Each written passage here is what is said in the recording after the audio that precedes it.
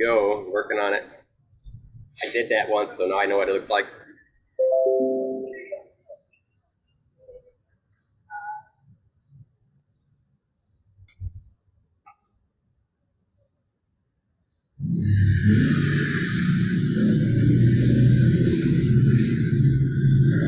You're on. Ready, go. All right. They get to see me drinking coffee. Yes. That's the beginning. All right. Sorry we're starting a little bit late.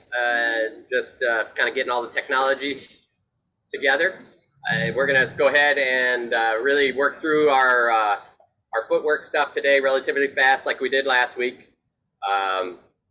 You know, as we have time in between there, just make sure you hit it hard. You know, if you have time, do the pieces that maybe we're skipping, like switching feet or doing it backwards. Do those pieces.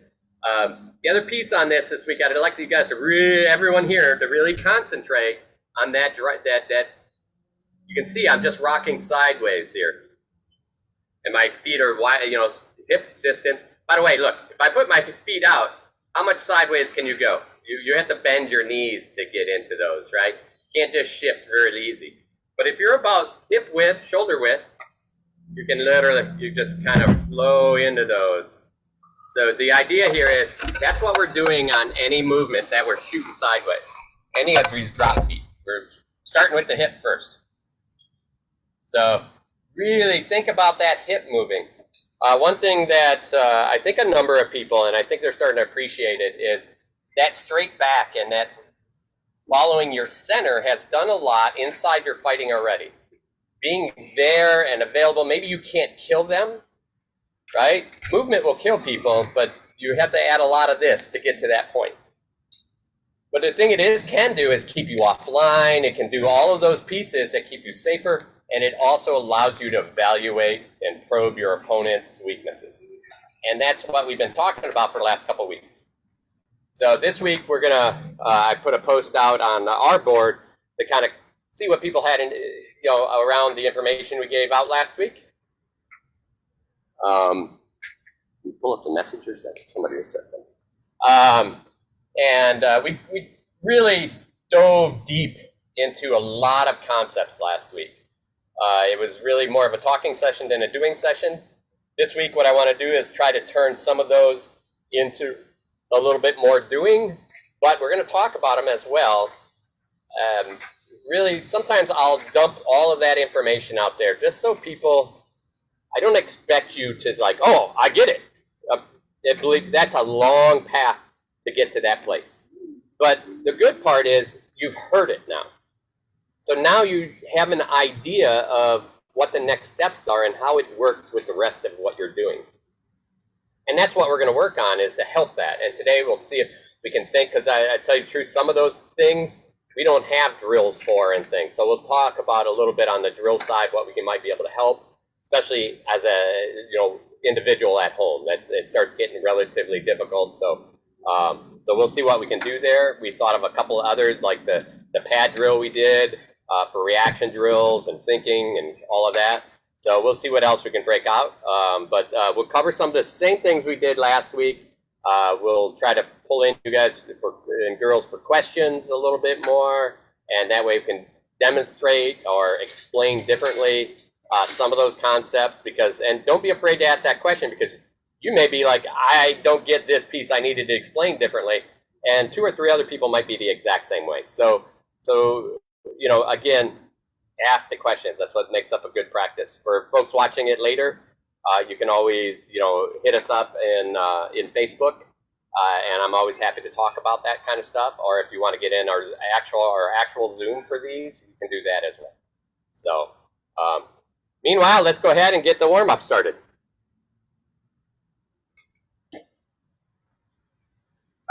Here we go. Flat foot warm-up. Splats. These are because Grimmer loves these. He says there's not enough squats in the world. Right. Sure you're not talking about Fox? Well, there's Fox too, although His knees these days. Not with his knees so much.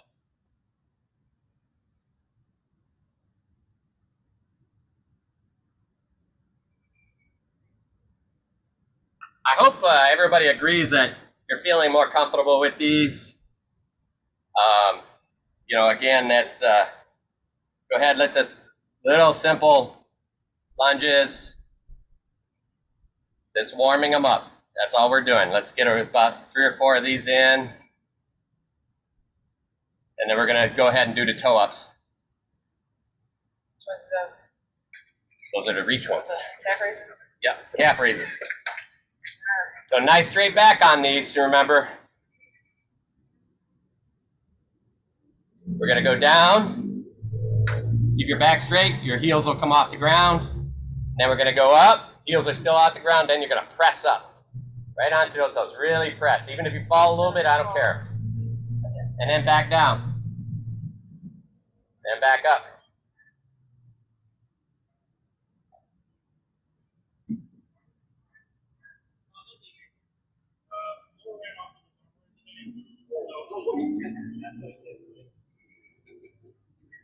Those are. Oh, the bunion.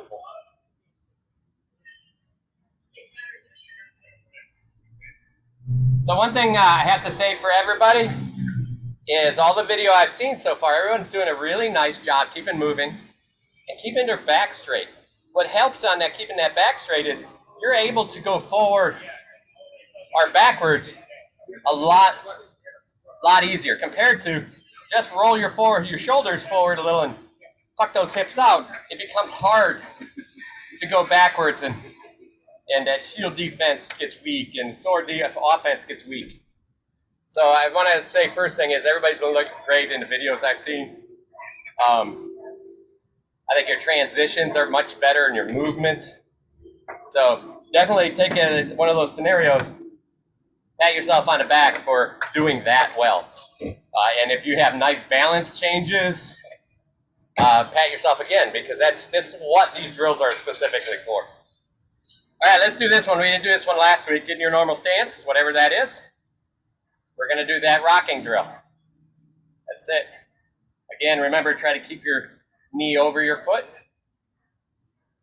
And then all the way back. Notice again, the head height doesn't change. Just your distance. Right? So that's the big piece. We do this a lot right in the fight. This is what you can use to take tension away, put tension on somebody. Okay, I'm back, tension's away, forward, tension's on someone. So in these little things, as you can kind of shift back and forward like this, it allows you to control that distance better than your opponent does. All right, let's switch feet. Oh no, come chase me, I'm too far away. Exactly. Psych. Remember, get way out on that toe. You should be comfortable to really, the strength in their toes and stuff should be really much more than it used to be. So you should really think about really going all the way forward. Almost, you can lift your back foot off the ground, go ahead and do it.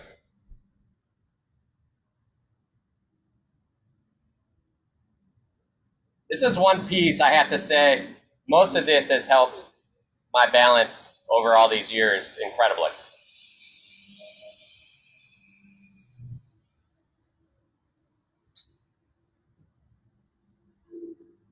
All right, let's get some circles in those ankles.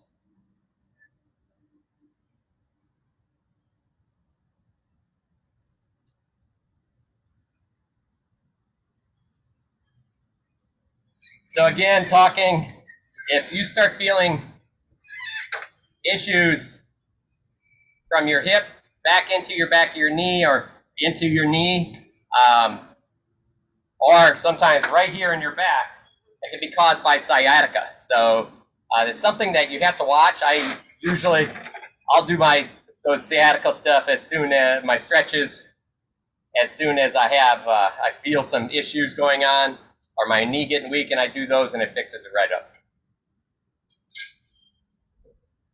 So we covered a couple of sciatica stretches last week. Beth showed us a great one. I hate her for, but that's okay.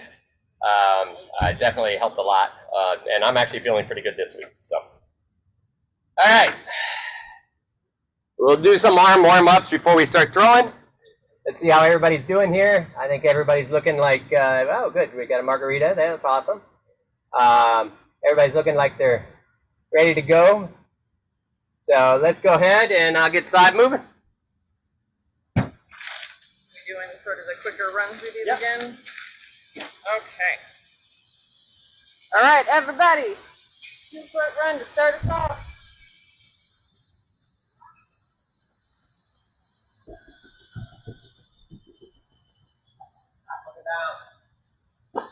Keep those knees bent. Today work on good 4. And backwards. Do that one too.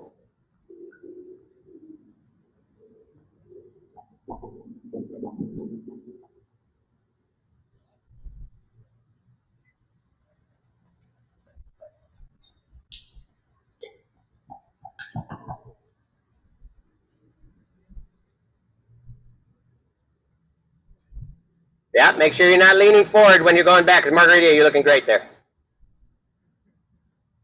Uh-oh, Bess is putting her diagrams up. She has a question. All right.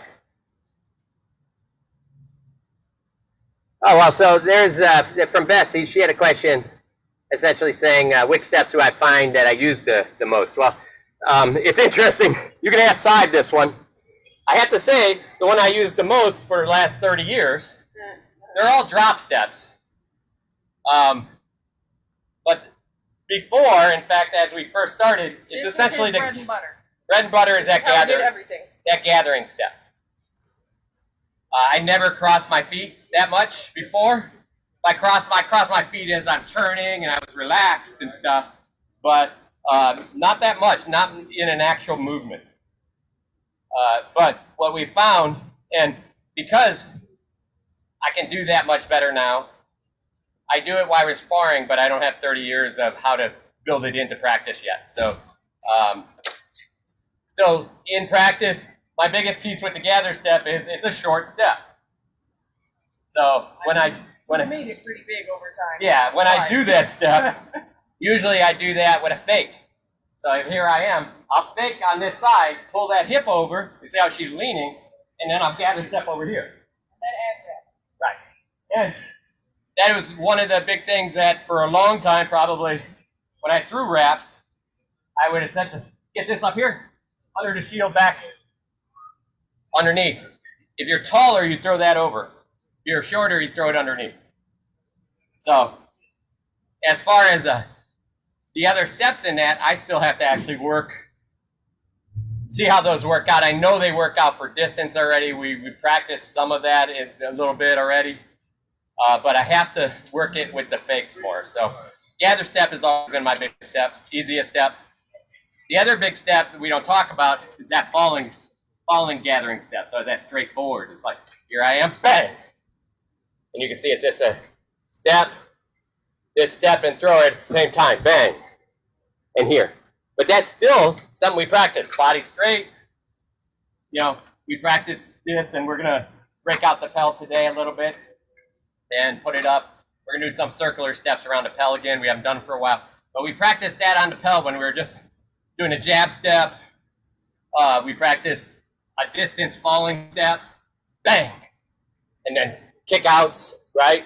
So, but that falling forward step is one of the more commons I do. All right, we're going to go ahead and step into the next one. Up next is hopscotch. So, all the calves and all the thighs. Keep those knees bent. Remember, practice is for working.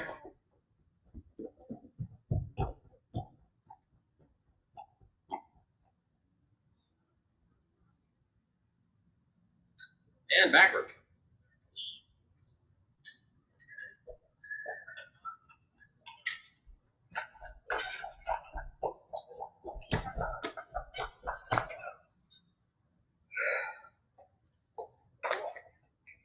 So it's feeling about 100% humidity and sunny here right now. Yeah, no kidding.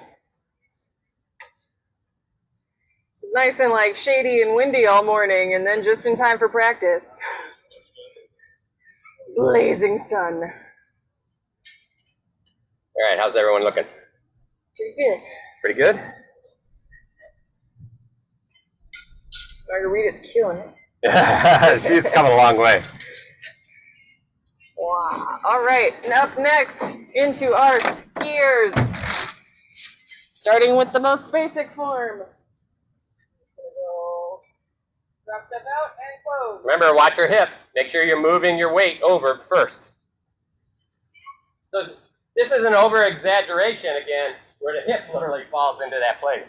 The key is just making sure you have enough balance that when you lift this foot, you fall into that next place.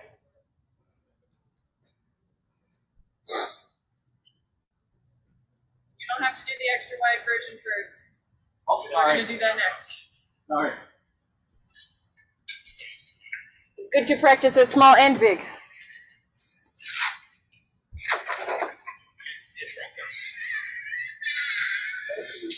And forward and backwards. Don't forget the backwards.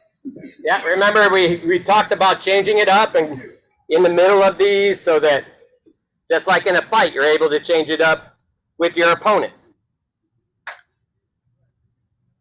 And then we're going to go backwards. And I'll try backwards the right way this time. Okay. Sorry, dragging the ladder with me.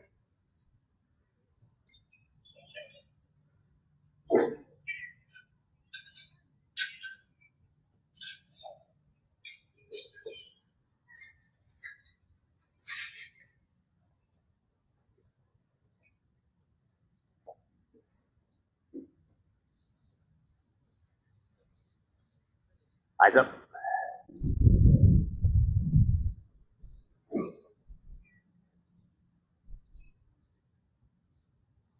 Awesome. See how everyone's doing? Margarita, you're doing a much better job with those, with leading with those hips a little better. That's good. Angie, those look great. You're really picking those up well. Let's see, Elf went on to her next one. She's doing the shuffle.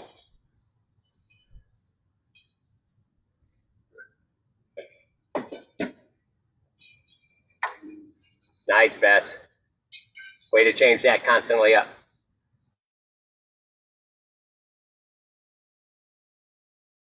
What I just did? I don't know. It's just catching up. Nice. All right, let's go ahead. Next one. Up next, we're going to do the wide version.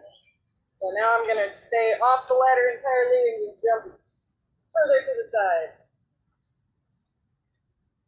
So this one, you've been doing it long enough. See how big you can get this one. So I'm going to really try to shoot. And then I'm like, okay, I'm probably 6 inches from the ladder. Careful about sliding on dry grass. Yeah. Or wet grass. Yeah, or wet grass. Whichever you may have. Make sure you still got distance between the legs, though. Turns out all grass is slippery.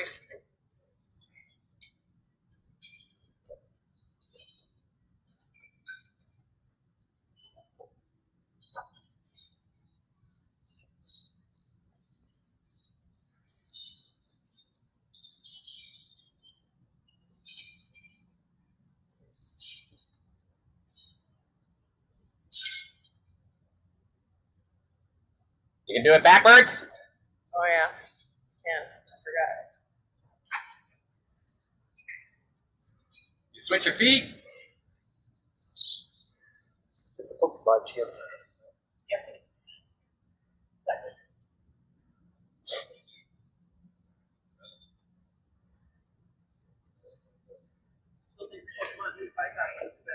So that is definitely probably one of the biggest steps I use. A lot of times I freeze my opponent and I use that step to primarily break over their A-frame. And we're going to cover that real quick because we talk about the A-frame or the pie. We're just going to talk about it a little bit more now so everybody understands what that means. Ronwalder covered it a bit last week, so we'll build. Hooray. So I'm going to grab Louis. If I'm standing in front of Louis, I have my pie right here. Louis is gonna fake like he's gonna throw something offside, and then he's gonna shift and break my pie. So go ahead, and then you're gonna gather that one. There's one way. So Louis just moved his foot some, and he didn't have to actually shift his whole body.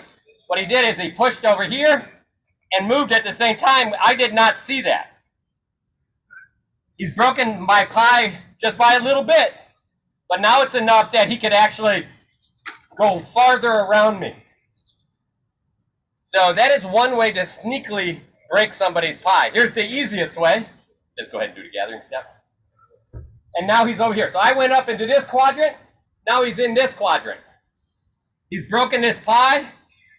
My sword is actually short in this position now. I can't reach out. He's controlling all that range. He actually can literally gather, smack, and throw. So he has all kinds of options there. If he goes the other way. Now he's broken the pie on this side. Now defensively, my shoulder is farther back. My shots turn rotational because I can't throw down the line because I twist my body too much. So I have to turn, and Louis is right over here on my weak side. But he's very safe. I shift to the shield side against people my height all the time, so I breathe right here. So even as we're walking around here, you're in the pie. Louis is going to try to breathe, so he's going to push me a little. See, now as I turn, he's just going to keep walking over my foot. So he's controlling, keeping me weak on the offense, relatively weak on defense, but really he's not worrying about throwing here, he's worrying about breathing. See, he's comfortable. I am not because I'm chasing him.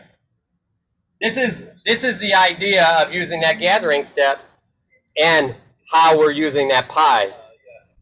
So this is the reason why that pie works, by the way.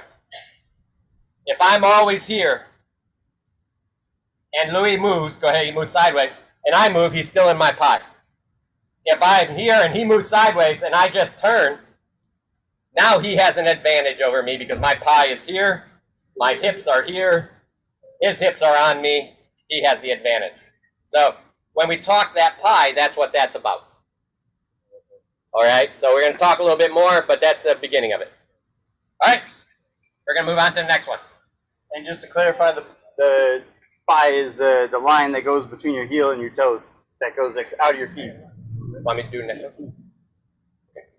Oh, next one is our shuffle skier.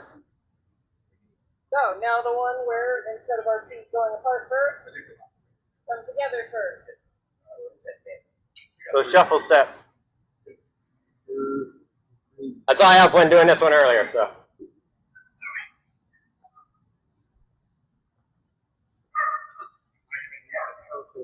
I think we grind forward a lot.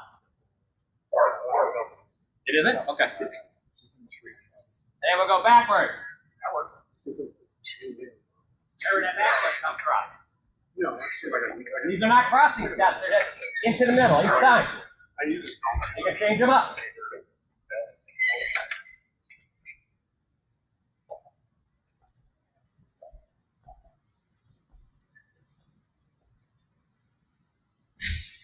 Awesome, we're getting a shade. Hey guys, can you help? All right, let me see how everyone's doing on this one. Elfwin was busting this one out awesome earlier. Now she's going to work on, breaking the distance. Change your feet too, Elfwin, if you want.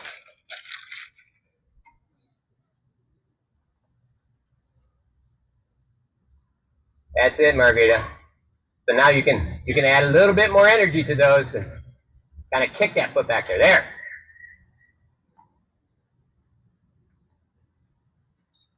Nice. Those look great. Make sure you keep that nice bend in the knee and don't lean forward. How you doing over there, Grimmer? Doing all right? It is hot there? Oh, must be. He's watching. He's throwing his watch up. He must be driving some. Oh, that's not good. That's the way, Bess. Awesome job.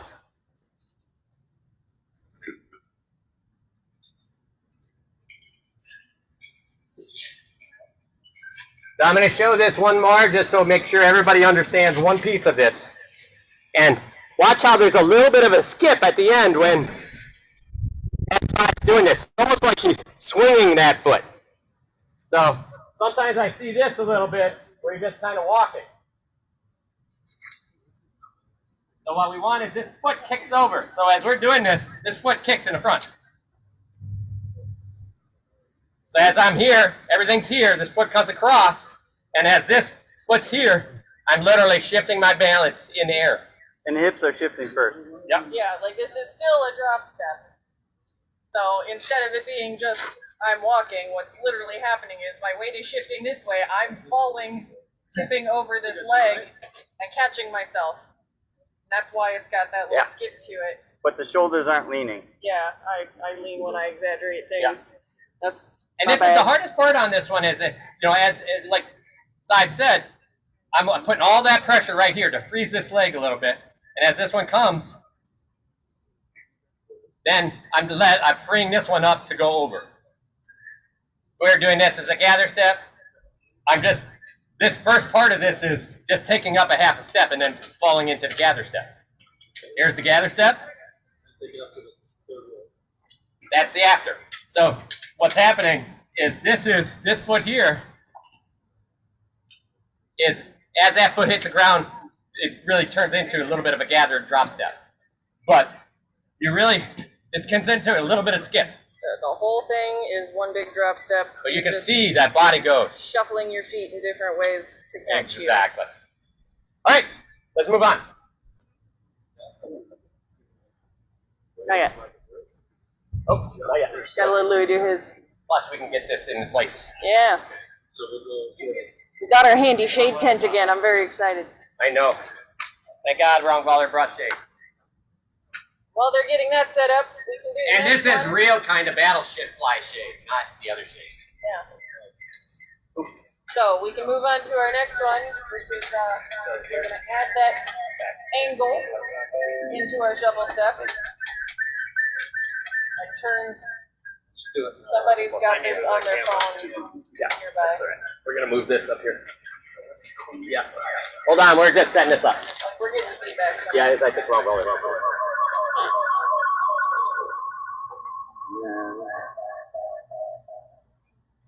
But you guys can go ahead and do it.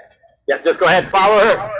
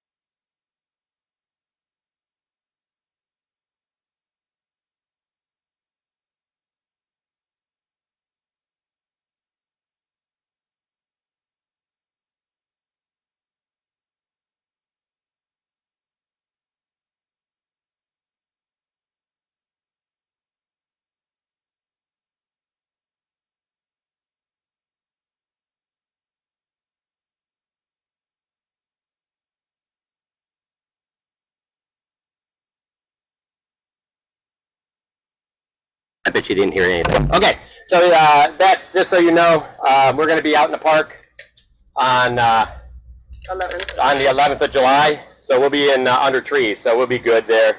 I'm going to go over the technology stuff with Cy and Louie today and see what we have, and I might pick up a tablet. I'm hoping maybe a tablet. I already have a SIM card that I can use on it. Will help us be able to watch people, as well as another video spot and everything else. That way we don't have to use a laptop out there because we won't have power or our Ethernet connection. Yeah,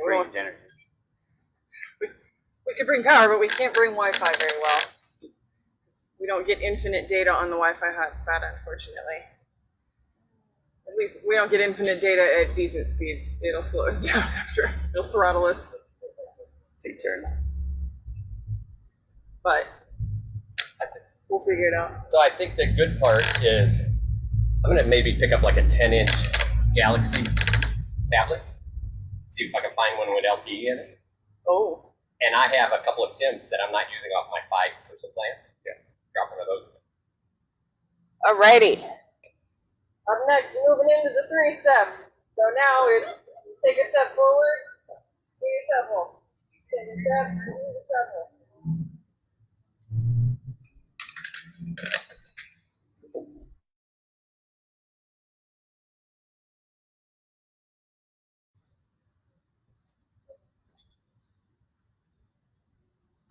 Why am I messing Is up? the I'm doing Wi-Fi? this again.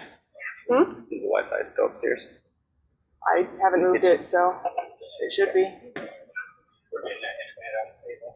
Yeah, we always do. We get that inside the house. Remember when you do it backwards, the front foot that crosses.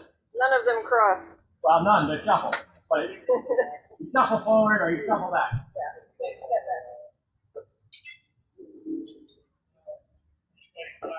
Next time we'll cross. There we go. It's so demanding. Yep. It's like driving right here. And backward, yes.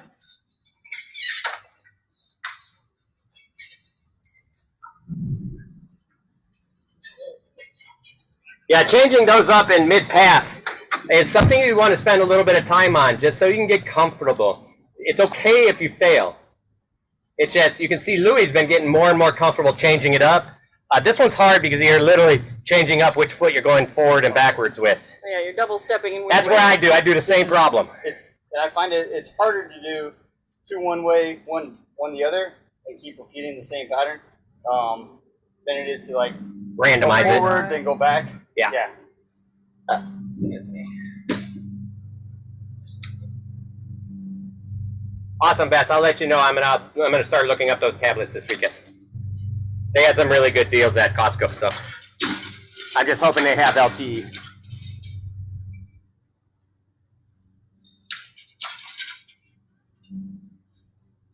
Yeah, breeze and shade. Yeah. Now I that we have breezes. shade. Breezes are great. We don't have shade out here. No. But We will in next like week. 10 or 20 years, when my trees grow up, That's right. we'll have some. All right, next one. All right, up next we are doing our cross behind. So it's almost exactly like the 3-step. But after that step, cross behind. Side to side. And we want to keep that back foot pointed as much forward as you can so you're not turning your hip.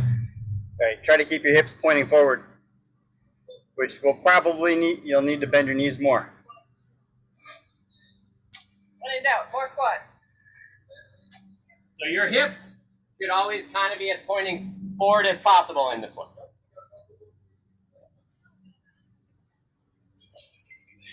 If you find your hips pointing straight sideways, that is not what you want. And backwards.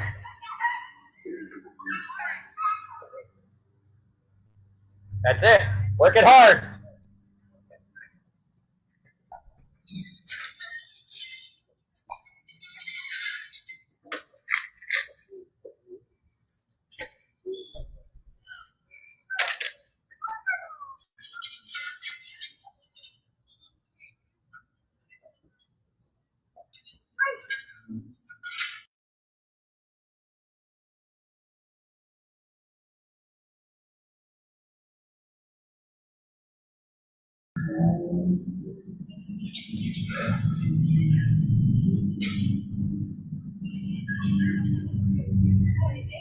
All right, what are we on?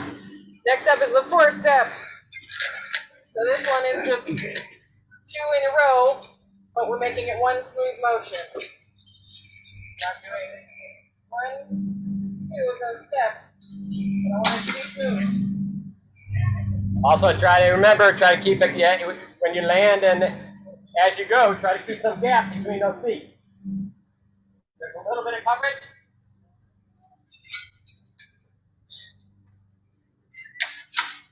But when you stop, you get a nice stance again.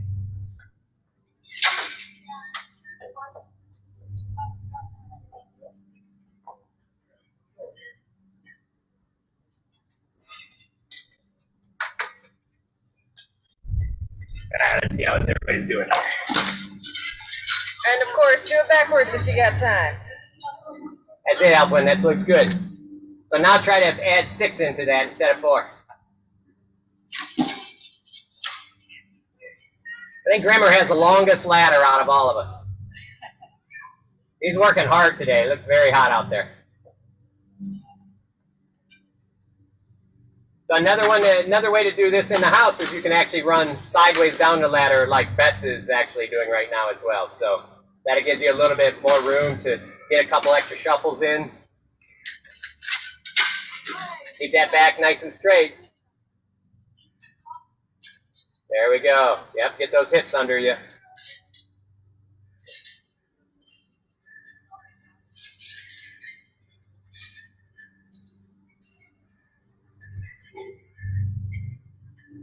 Nice, Alfwin, that's exactly it. You notice these are a lot of times these are smaller steps, and that's a big part of what we're trying to do here is minimize how big stuff is. We can still move. This is one of those reasons why on martial arts you see people always like, oh, you got to do these C steps. What those C steps do for you is instead of a normal martial artist just stepping out and creating big distance, that little C step allows you to control that distance a little better. Bring your feet together every time. So that's why. It doesn't mean that when you're actually doing martial arts, it's like, I'm going to punch somebody. Right? That's not what that's happening. What this is doing is teaching you to be very small. And that's the same thing we're teaching. Try to be very small. You can be very fast in movement, but our feet are normally not usually like super wide. The smaller those feet are, the more likely you're not stuck in a position. They actually add smoothness to the steps. Yes, 100%. So you don't have that jerk into each of the steps. Yeah, and you're stuck at the end, so each one. Yeah. Right. It's like dancing, same way. You want that smoothness. Yeah. Get it. All right. So now we're going to move into some of our more quick feet things. So we're going to start with our sideways, in and out, out. In, out, out. Whole body forward and backwards. Not just feet while my body stays here.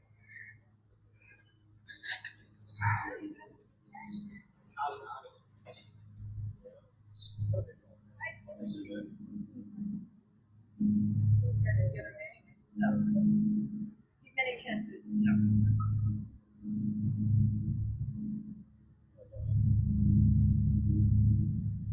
Nice move.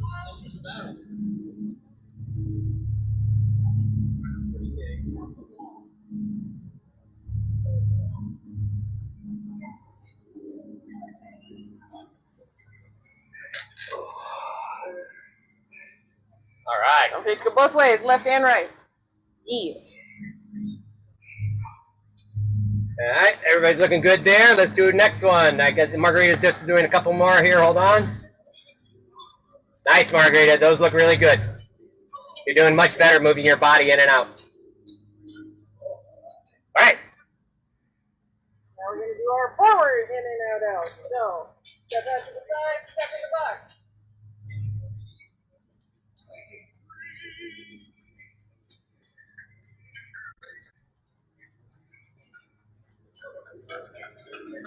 Oh, lost it. Right. My knees make that same noise What? without the clicking of the knee pads. Yeah, they do. It's a little worrisome.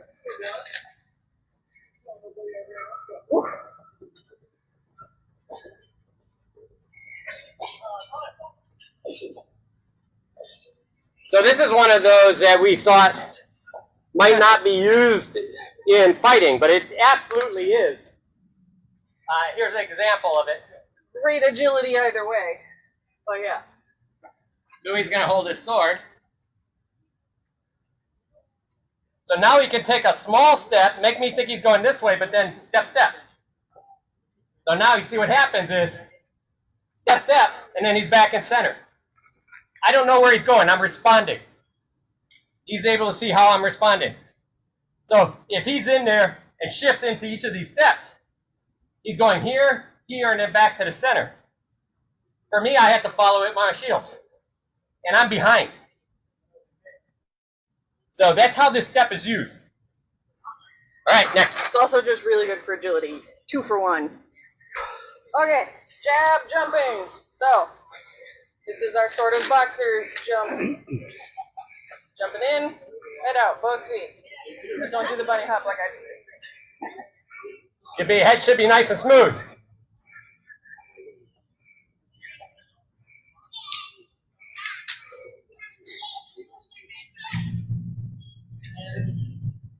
One way, switch feet.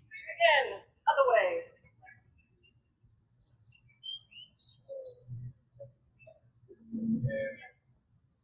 Real good like Louis, just flow right into it. Just another one where the whole body should be moving forward and backwards a little bit. Make sure you're not turning your foot in.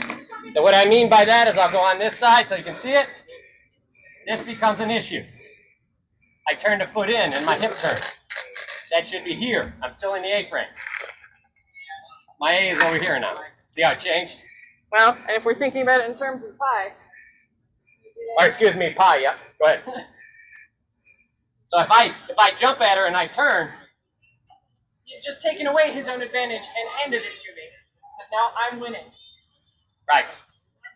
Instead, I just take that normal step, and I could even jab in outside her foot here. So I can be right here and I jab and I break her pi just a little bit. That shifts this into this position. I feel much safer. This hand actually has to rotate to throw a shot, which is much easier to pick up. Got farther to go. Okie dokie. Next up is the switch foot. So now our body is staying in place and our feet are just switching underneath us.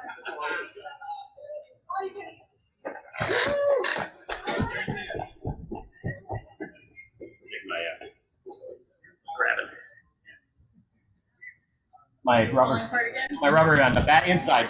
That's grab it.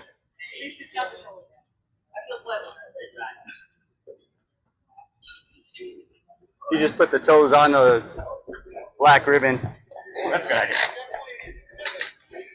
It's a little safer. And don't look down like me.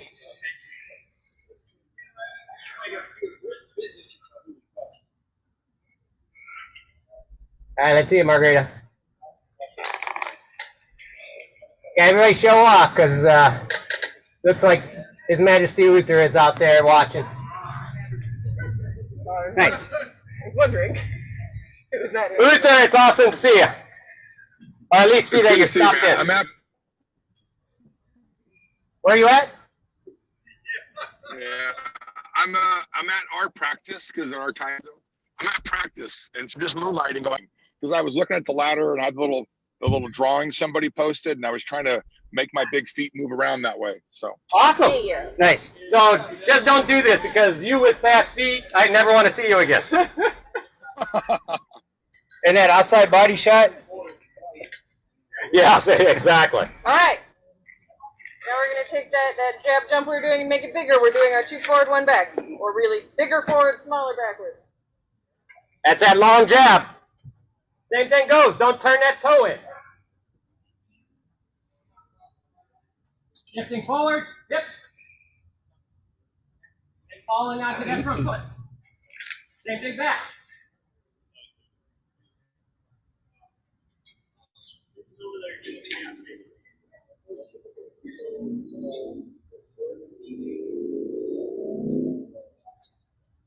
So, while Louis is doing his, I want to show you why this back with side here. Why this back, why not just take the jab far back and not worry about taking that step back forward again? Here I am. Saib has out of range, I don't want her in. So what's happening here is if I just jab back, she just follows. Nothing happens here. Right? I still lose that range. But if I take a long jab back with a quick jab forward, right? So what happens is she starts going, then I take that quick jab forward, I can do it again and stop her. Or hit me. Or hit Another her. one. But either way, that forward momentum, It ruins my ability to just go, ah! right, it breaks run that after tempo. you. Right? Otherwise she could just run over me. That by breaking that tempo, she has to stop, see where I really gotta be. Here I am, long jab, she might go away. Bang! And then I want to go away. Here I am. Right? And then I go ahead and walk around her outside. Or we do what we did do on the pedal before. I do that long jab, bang! And then I do a gather step over here. I only turned good because I knew where you were going. Because it's a drill. All right. Last one, turning step. Do as many variants as you have time and energy for. Most basic one, Start with the back foot. Down the ladder, point those toes. Remember, with anything we do, you got to point those toes. And if you're feeling comfortable, then just try to stay on the balls of your feet, Exactly. because that will be less comfortable. I find it easier on the ball side. Right until the end where I'm trying to set myself and moving backwards and my heel hits. Yeah. And Uther, we're pointing our toes perpendicular to the ladder rung. We're cheating at half the rotation at the first step. And we had change-ups in there. We've been doing it long enough, so we had our change-ups backwards and forwards. Louis is doing a normal one, so you can see how it's supposed to be done. Gotcha. But That makes sense. The idea is, as you get better, that you just change your work up so that you're always comfortable in whatever you have to do. Okay. Like random awkward positions that your feet should be in that you don't have something for. So now, start doing the front foot. Now, same stance. I didn't switch my feet. I'm So- just stepping with the front foot. 8 permutations. So this one's much harder for me because I want to make big steps. So you have to remember that's a small. Make the big step with your back foot. You have to make the big step with the correct foot. As you pass over the ladder. Otherwise, you get this, and then you want to switch feet. That's not what we're looking for. Make sure that back foot, you're falling right into it. Getting our feet small again. Okay, keeping our back nice and straight. Again, if your back's straight, you can always throw a shot. Even if it's just a jab shot that doesn't have the energy in it, it's something that breaks your opponent's brain down.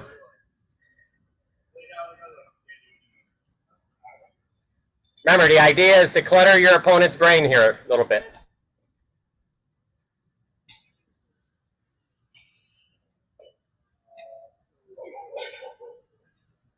I have had another conversation, and this is going to be a session on SCA Coach's Corner at some point. And that is the conversation about no mind. And me and Sean, yeah. And Andy, you'll love this one because me and Sean we're actively debating a little bit because no mind to him is he doesn't necessarily think as he does stuff, and no mind to me is execution of technique. Now that execution of technique could be literally a movement, a shield block. You shouldn't have to think about those things. But we are thinking, and I can guarantee you, even those people using no mind are still thinking about what weaknesses they saw, why they executed something against their opponent so they can take advantage of that weakness. It has just become easy enough for them to be aware of those that they don't have to think about it as much. They're very comfortable in that thought. So that's a conversation we're going to have on Coach's Corner at some point. Me and Rongvalder, it's a chess match. We're thinking, but when we execute the move, we know exactly what we're executing. You're thinking at the higher strategic level. You don't have to think about, well, how do I throw a flat snap correctly? How do I throw a leg shot? Or even, and in Sean's case, or know how to do that. Probably His Majesty Uther here, in their case, they see something open. They're not necessarily using a lot of mental power to process it. They just see it as they do something, and they remember that that's a weakness, and they go back to it later. Not a lot of processing, but there is still thought in that. All right, Beth. Well, you thought about it when you went slow, right? You think about it a bunch when you're training and going slow. And as you said, Bronos, when you're doing it, you're not processing anymore. You've already got it ingrained. All right, what did Beth have? Beth asked, so is the step back a really fast step? And because I didn't see when she asked, I don't know exactly what she's asking I about. think that was on the. Go ahead, Beth. That was the big step forward, a little step back, because my focus has been on a big step forward, but it's so big going back is a little, I have to pause a second. So I could shorten my big step so I could go back faster, if that's the intent.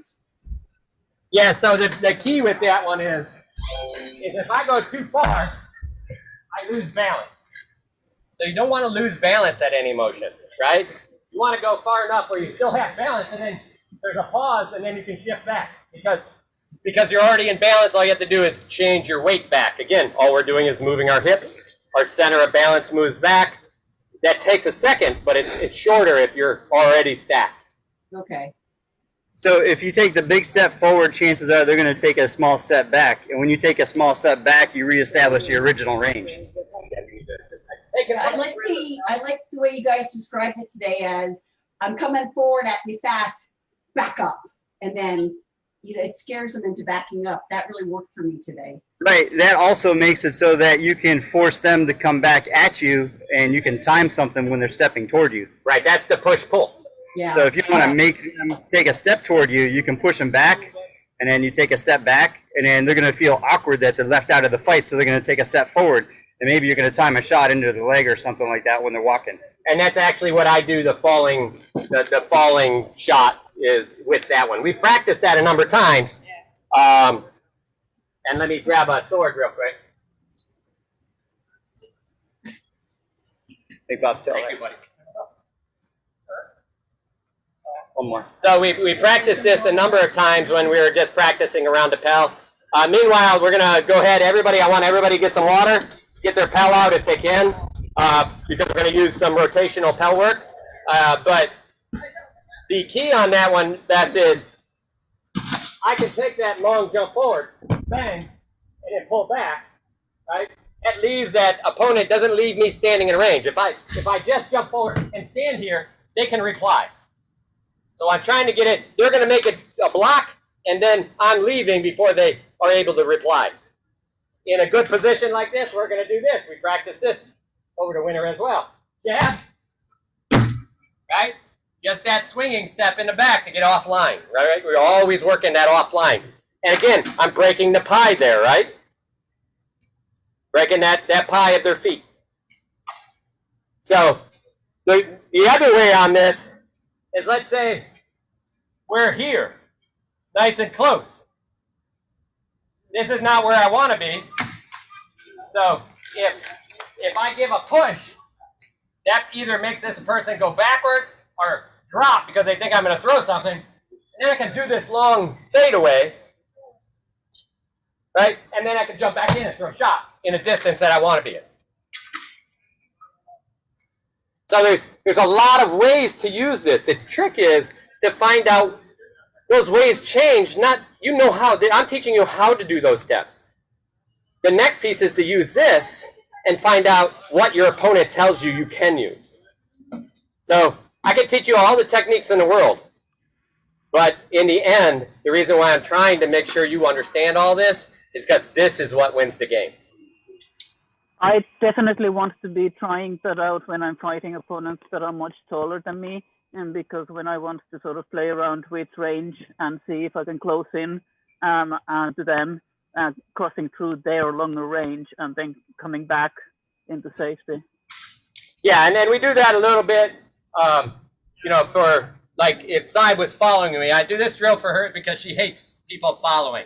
And you can see what happens is she'll give me a little jab foot in and then a big jab back. So there, she stopped me because I don't want to hit her. I don't want to body into her. I have a range I want to keep. So all of a sudden she jabs in, and then she falls away. I'm stuck a little bit. And in a different case, she doesn't know what's going to happen. She's going to give me that little jab in, and I do this. Now she can actually just do the long jab forward and hit me. And Veronica, Because I just told her what I was going to do. and this ties in with the energy exchange and taking energy from your partner by freezing them. 100%. Bingo. So if you look, there's a crapo that was last weekend, and Ben did a wonderful job in that. It was him and Sir Sigurfrith. I'm sure what they're calling He did a wonderful job with Jade. From his first fight to his third fight, though, there was a difference. In his first fight, he owned that person. He was doing little jabs to keep his energy up. He was keeping him in place. And then there was a couple weird breaks that happened because of a couple things. And then he started falling backwards, and Jade took the energy. And if you let Jade take that energy, then what happens is he moves and throws on and off sides beautifully. And now you're chasing. Now you're chasing your defense instead of working your offense. And that's where it broke down at the end. I'll post that video up later. It's a Go ahead. Fabian, by the way. Oh, It's Fabian, you're right. Fabian. Oh, in the finals. In the finals, yep. And that was the finals of the group. It was very nice. It was decent to watch. I'll find the video so everybody can watch it. But look for the jab foot. He uses it a lot. Also look how he rotates and moves, always outside the lines. I can't see you. Oh, sorry. So if you watch in the beginning, he's using a lot of this just to freeze him, right? And then he'd walk outside his line. So he'd have to turn, and then he'd do it again, and he'd walk. But you know, he's staying in place. He's owning that space. And then when the person went backwards, he would literally walk them down. And I talk about this all the time. I'm like, and these guys probably get tired of hearing me. I'm like, people create distance. I'm like, walk them. And what I mean by that is walk at the edge of the range. It's easier breathing going forward. And by going forward, you're still owning this. And your opponent's still fighting because he's still defensively. He's like, oh, I'm leaving. Now he's like, oh, I'm not leaving. This person's following me. Easier breathing when you're leading in any Yep, direction. and that's exactly. You're more relaxed when you're leading. You can breathe easier. When if someone's following you, there's still tension in there. So keep that in mind when we talk about walking people down. Still owning that. If Louis is out here and we're fighting, and let's say our Bob is the back of the list, right? And he has all of this room here. I'm going to fake here. If Louis starts going backwards, I'm just taking that room up. You can see. Now Louis has to think about the back of the list and me. He has two things. You remember what I talked about? More than one thing you have to think about? Now he has two things he has to think about. So I'm already pushing him into a place where he has to think about more things in his head. What does that do? Makes him weak. Makes him think about defensively what he can do, not offensively against me. Hopefully that makes sense to everybody. Again, you notice we're applying this a lot to the mind game, right? Right. All right, you want to lead us in some, so we're going to do some rotational drills. Everybody get water? Give me a thumbs up if everybody's good to go for the rotationals. All right, I got a bunch of thumbs up. What rotationals we doing? So let's do the gather step all the way around. Remember, the gather step, smallest step you can make.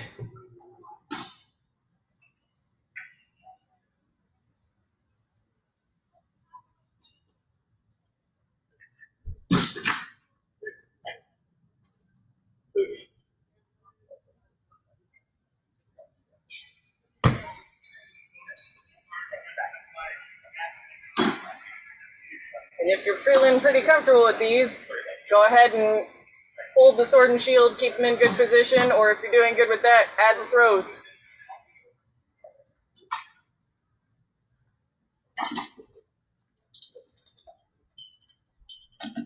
Remember, that foot has to turn in. If I don't turn that foot in, I lose my hips. I lose that pie. Yeah, that is literally what these rotational drills are all about, is how do I do this and keep them in the pie?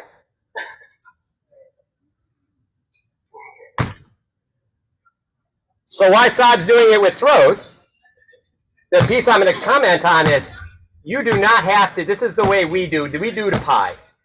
If your feet are a different way and you're not quite a pie, it doesn't matter that much as long as you're in a way that you always end up in the same position.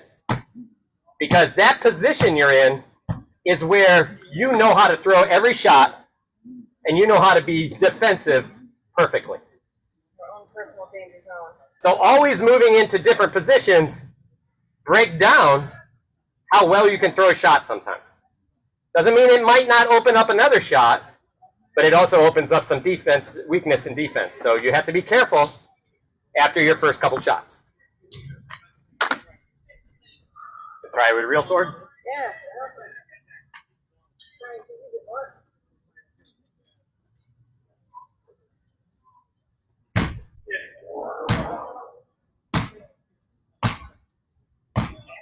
Yeah, it sounds like that. Oh, that's Louis. That's yours? Okay. Same basket though. It's a little loose. Seems like it's never quite tight enough. All right. So the next one is going to be the shuffling step. Same thing. Most of you have been doing this. I would at least do it with a sword in your hand. You notice that's a shuffling step right across. That front foot, the farther you swing it, the more distance you can get. Or the back foot if you're going the other way. Remember, with a sword and shield, that goal is, turn towards camera, the goal is this gap here never changes.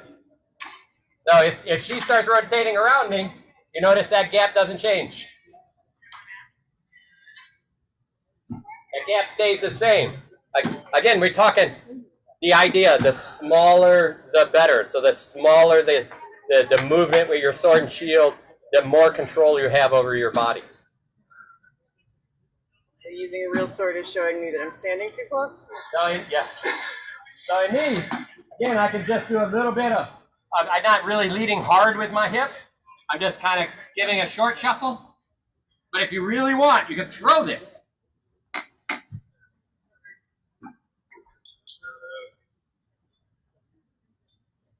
And what I mean by throw, remember, not heel first, because that's going to turn your hips. Try to get as much toe. That foot should almost be flat going across your back leg.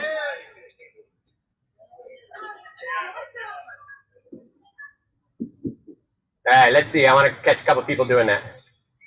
Remember, that front foot, make sure it's always, as you land on it, that it's turned already.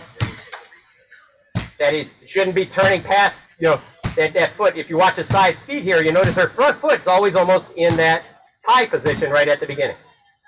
She doesn't, when it first starts turning, that pie goes away a little bit, but as that foot comes out, it falls back into place.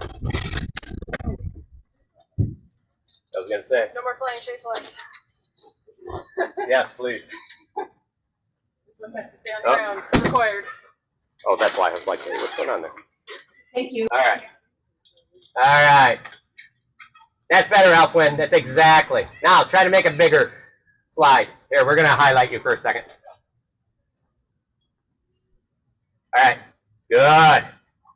Nice. See, your front foot's always in the right place now. Yeah. That way, you're always throwing from the same place. All right. Who else is doing it? Let's see. Bess, let's see you. Oh, actually, Angie first. That's the way. The good part is you're keeping your back. Yeah. You can see how, and those are really big steps. Those are nice. And you can see how she's just gliding through those. Good. Nice. That's really good, the doubles and back and forth. Good. All right.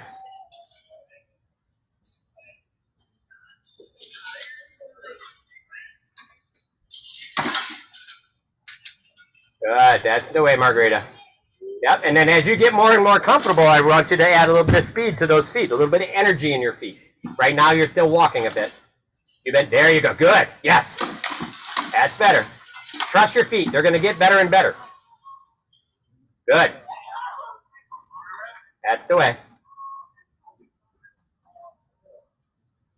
The good part is it's looking a lot better than before, and you're getting more trust in those legs. And as you get more and more, that's going to get better and better. All right. Good. We're going to go back. Let's see who else. Make sure we got everybody covered. I think we're pretty good. Okay. So the next one. This is our Lomachenko step, which we call it that just because it puts us in a position that Lomachenko does all the time. It's a long roll around step. There's a lot of ways to make this happen, but this is our cross behind step from the ladder, but we're making it a circle now. We're exactly. just adding a step on the front of that last one we just did. So I am taking the step first and doing a cross step. See, it's back foot steps, and then you cross back behind it. And don't lean forward, which is what I'm doing. So in this step, so when you go one way, you do the step first. In the other way, both ways we do the cross behind, just because it frees the feet up a little bit. But the key is that you make that first step. So even if you're in a position where you want to do the cross in front here, you can still do that. We just find that it turns the hips weird. So what we do is we take that step here, cross behind the back. If I'm going the other way, I don't need it. That foot's already back here. So I just step sideways and across behind the back. So again, when we do this, we break this into distance. Because we have a small step and a big swinging foot, I go from what takes me 6 times with a gathering step, 5 steps with a shuffle step, to this last one I can get 4 steps and get around the pelt.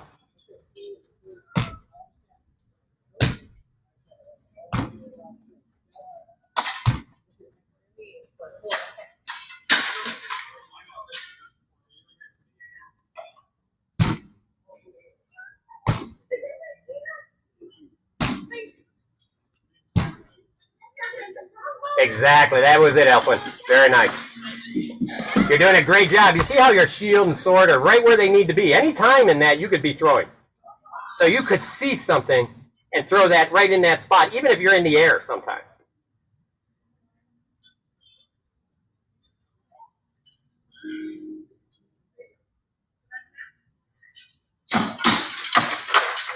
That's the way. So remember on those, I'm going to tell you on your offside, you can be a little careful. You're pulling that sword back first. So you're letting your opponent know. Just let that flow. That tip forward. Think the top of the sword first. There, that's better. Top of the sword. Not your hand. Top of the sword. Good. Yes. You see how much difference that is? Ah, much better. That was awesome. I'm going to go over to Angie now.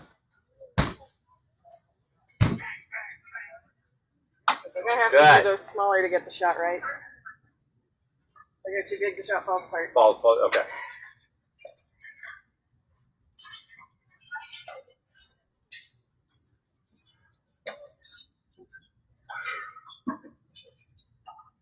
That's the way, Angie. So now you can actually, as you fall into that step, swing.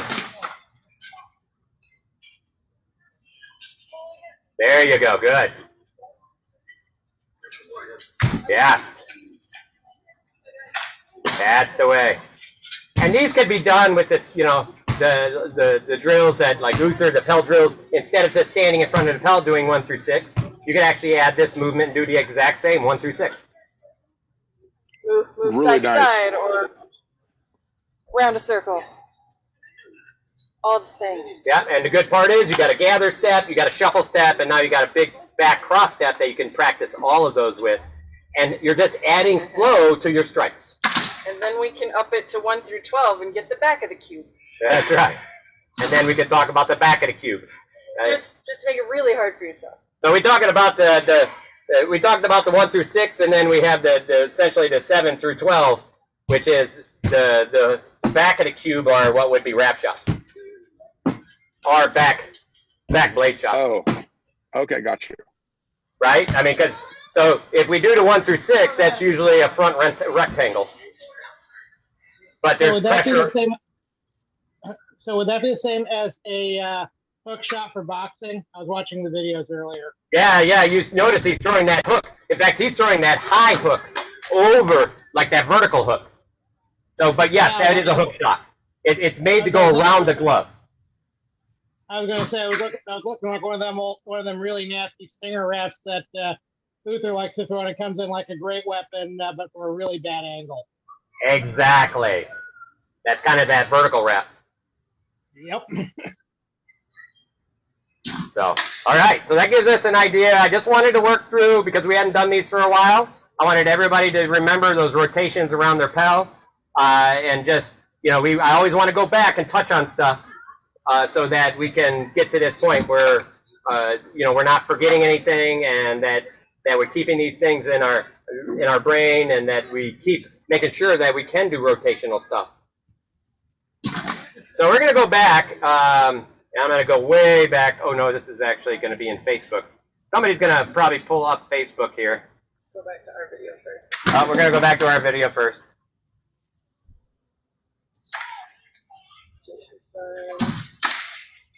All right. Talk to people directly. Woo-hoo. There we are.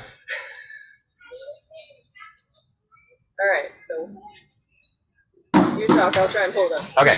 So she's going to pull up Facebook, and we're going to talk about some of the deep stuff we went into last week. We'll pull up Bess's stuff, and then what I want to do is pull a couple of pieces out of that and see if we can come up with the ideas of the drills around those.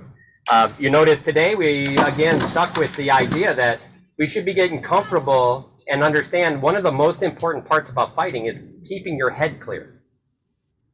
What do you want to find out again? Early off, they posted up kind of a summary. I asked for a summary of last week.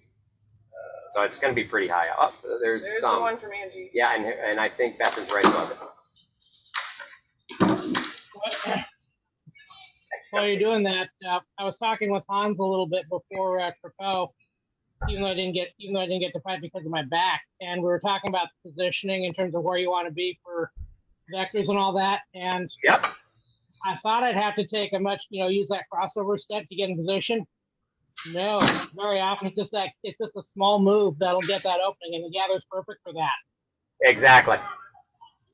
Yeah, really, the difference here is that you're just trying to change the line of attack. And that little, again, so some of the big movements are really nice to get people moving fast, kind of falling into a faster tempo. And now we're talking about when we fall into that, make people fall into a faster tempo. Who's controlling the tempo? Right. So a movement like that would be to say, get somebody on their back foot, as it were, and then you control the fight from there on in. Well, and in fact, what's happening with that tempo is, so you're setting that tempo very fast, and then you could take a smaller step, and they take an overstep because they're expecting it to be bigger because they've been doing it bigger, and then you take a smaller step. You see how you're changing the tempo or the distance of that step? You're also can control the tempo. Also controls the energy that your opponent's using. So, like if I'm running, I could start running faster. My opponent says, "Whoa, hey, wait! I'm the one here controlling tempo, me." And so they pick up the tempo, and then as they pick up that tempo, and I can see that their energy is really high, I can start dropping mine down and finding my breath and gaining my energy again before they even realize that I changed my tempo. And then they're going to change theirs. They're like, "Oh, hey, wait, he's slowing down. I'm going to slow down." Oh, a lot like fighting a big game fish. And yes, exactly. A lot like fighting a big game fish. Because they're gonna run, they're gonna run, and it's all you can do to stay hooked. And then they're gonna tire you, bring them back in. They run, tire, and then eventually, they're at the boat. You got to gap them. Yeah, and in fact, you want to gather to try to get that tension back into them because you can wear them out faster, right? Yep. So that's the reason why we do the same thing in what we do in movement. So we don't want to let somebody go. This is why I always say walk at somebody, and I'm going to do this with side. Oops. We're going to turn the video on here. And Side's going to do it with me as well. The mouse pad does not respond real well when my hands are wet. sweaty. I know. I get the same problem. All right. So we're going to put Bob back a little bit.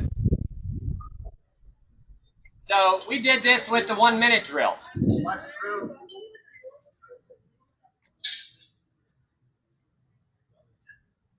Hey, Dan. Other side of the room. Thank you, guys.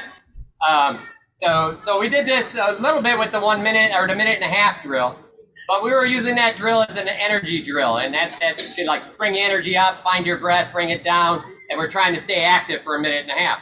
Here you're also going to add this to that drill, and I saw Angie actually did this a bit with one of her people at her practice, and that is as we're doing this drill, and as I step back, Side's going to take that space because she's going to control it. And then I might go this way. Look, so as I move back, look how see how she's controlling that space? She's not. Now, this is what we see in a fight a lot of times, is I'll run her off, and then they'll like hang out way out here. I'm breathing, I'm relaxing. Oh, thank you for letting me clear my head and catch my breath. That was very nice of you. We can fight again. And then we do it again. So, you may think you're taking a break, but what you're doing is you're giving them a break. Mm-hmm. So does that make sense? If you give them a break, they're just getting their energy back. And that's what this drill helps us with. That's why if Side runs me off and then breaks away, I'm going to always try to get back to the edge of range. I'm still too far, but she knows that now. Look, I'm always breaking back toward, and I'm just walking.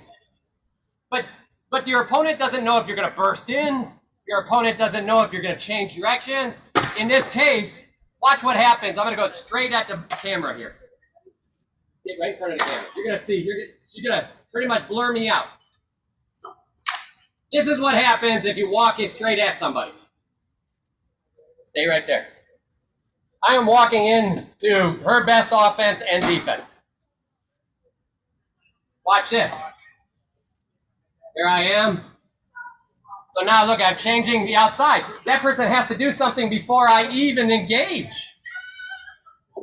So now you're realizing how they're going to move even before you make an engagement. And even if you don't, watch what happens. They immediately, if I walk straight in, she's still pretty comfortable. She's like, yeah, now she's throwing, in fact. I don't like it. Right? She is so comfortable she can throw because that's her bread and butter space. I'm just waiting for you to hit the magic spot because you're walking straight towards it. Exactly. So watch now. You have to make some decisions here. Right? So now we're fighting for that space. I'm not just giving it to her. So that's a big part of the fight starting before you make engagement. And that's why you're pressing your attack, even though it might not look like it necessarily from the outside. So I could literally be like this. Watch, and I do this all the time. Let me grab a shield.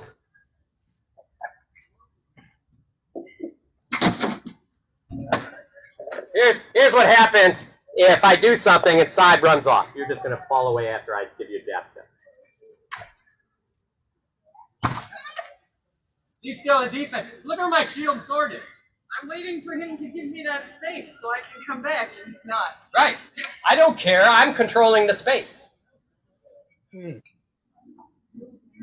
Right? So all I'm doing here, we'll do it again. Hey! And look, I changed that angle. Yeah. I'm not even engaged yet. And I'm breathing, I'm relaxed, and I'm fighting for a position. But I'm literally out of range. But I'm not so far out of range that they can relax.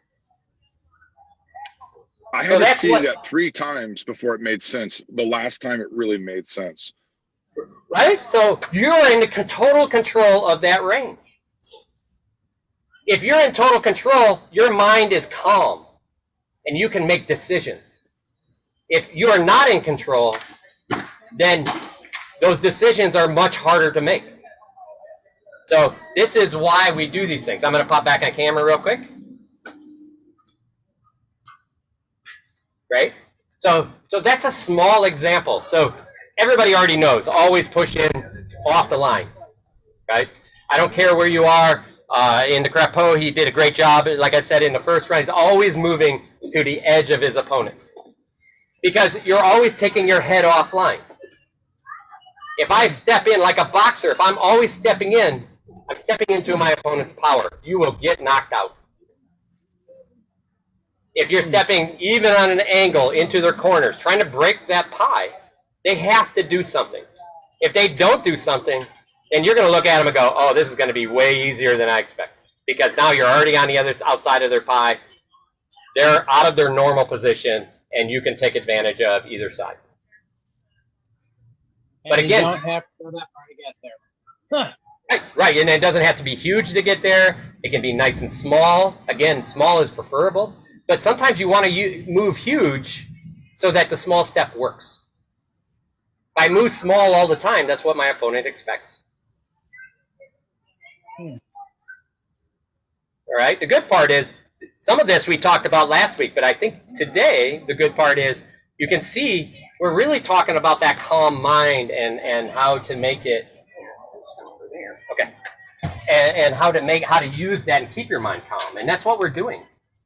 So at any given time in this motion, we're in that movement, if side decides I'm going to attack, now I'm just doing a pulling action like Muhammad Ali, right? So, oh, you're going to attack? That's wonderful. I'm going to go backwards and control range.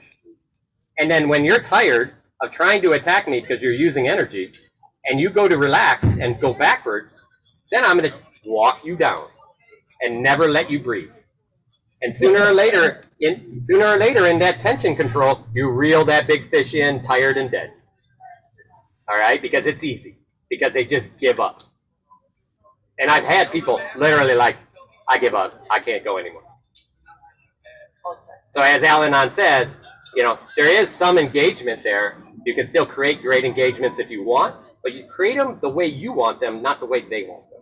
Or, as Al-Anon said, there's no shot clock, right? In SCA. So you work people hard until you know something, till you know that fish is pretty much beat and tired, and then you reel it in, or then you throw your blow and kill it when it's safe.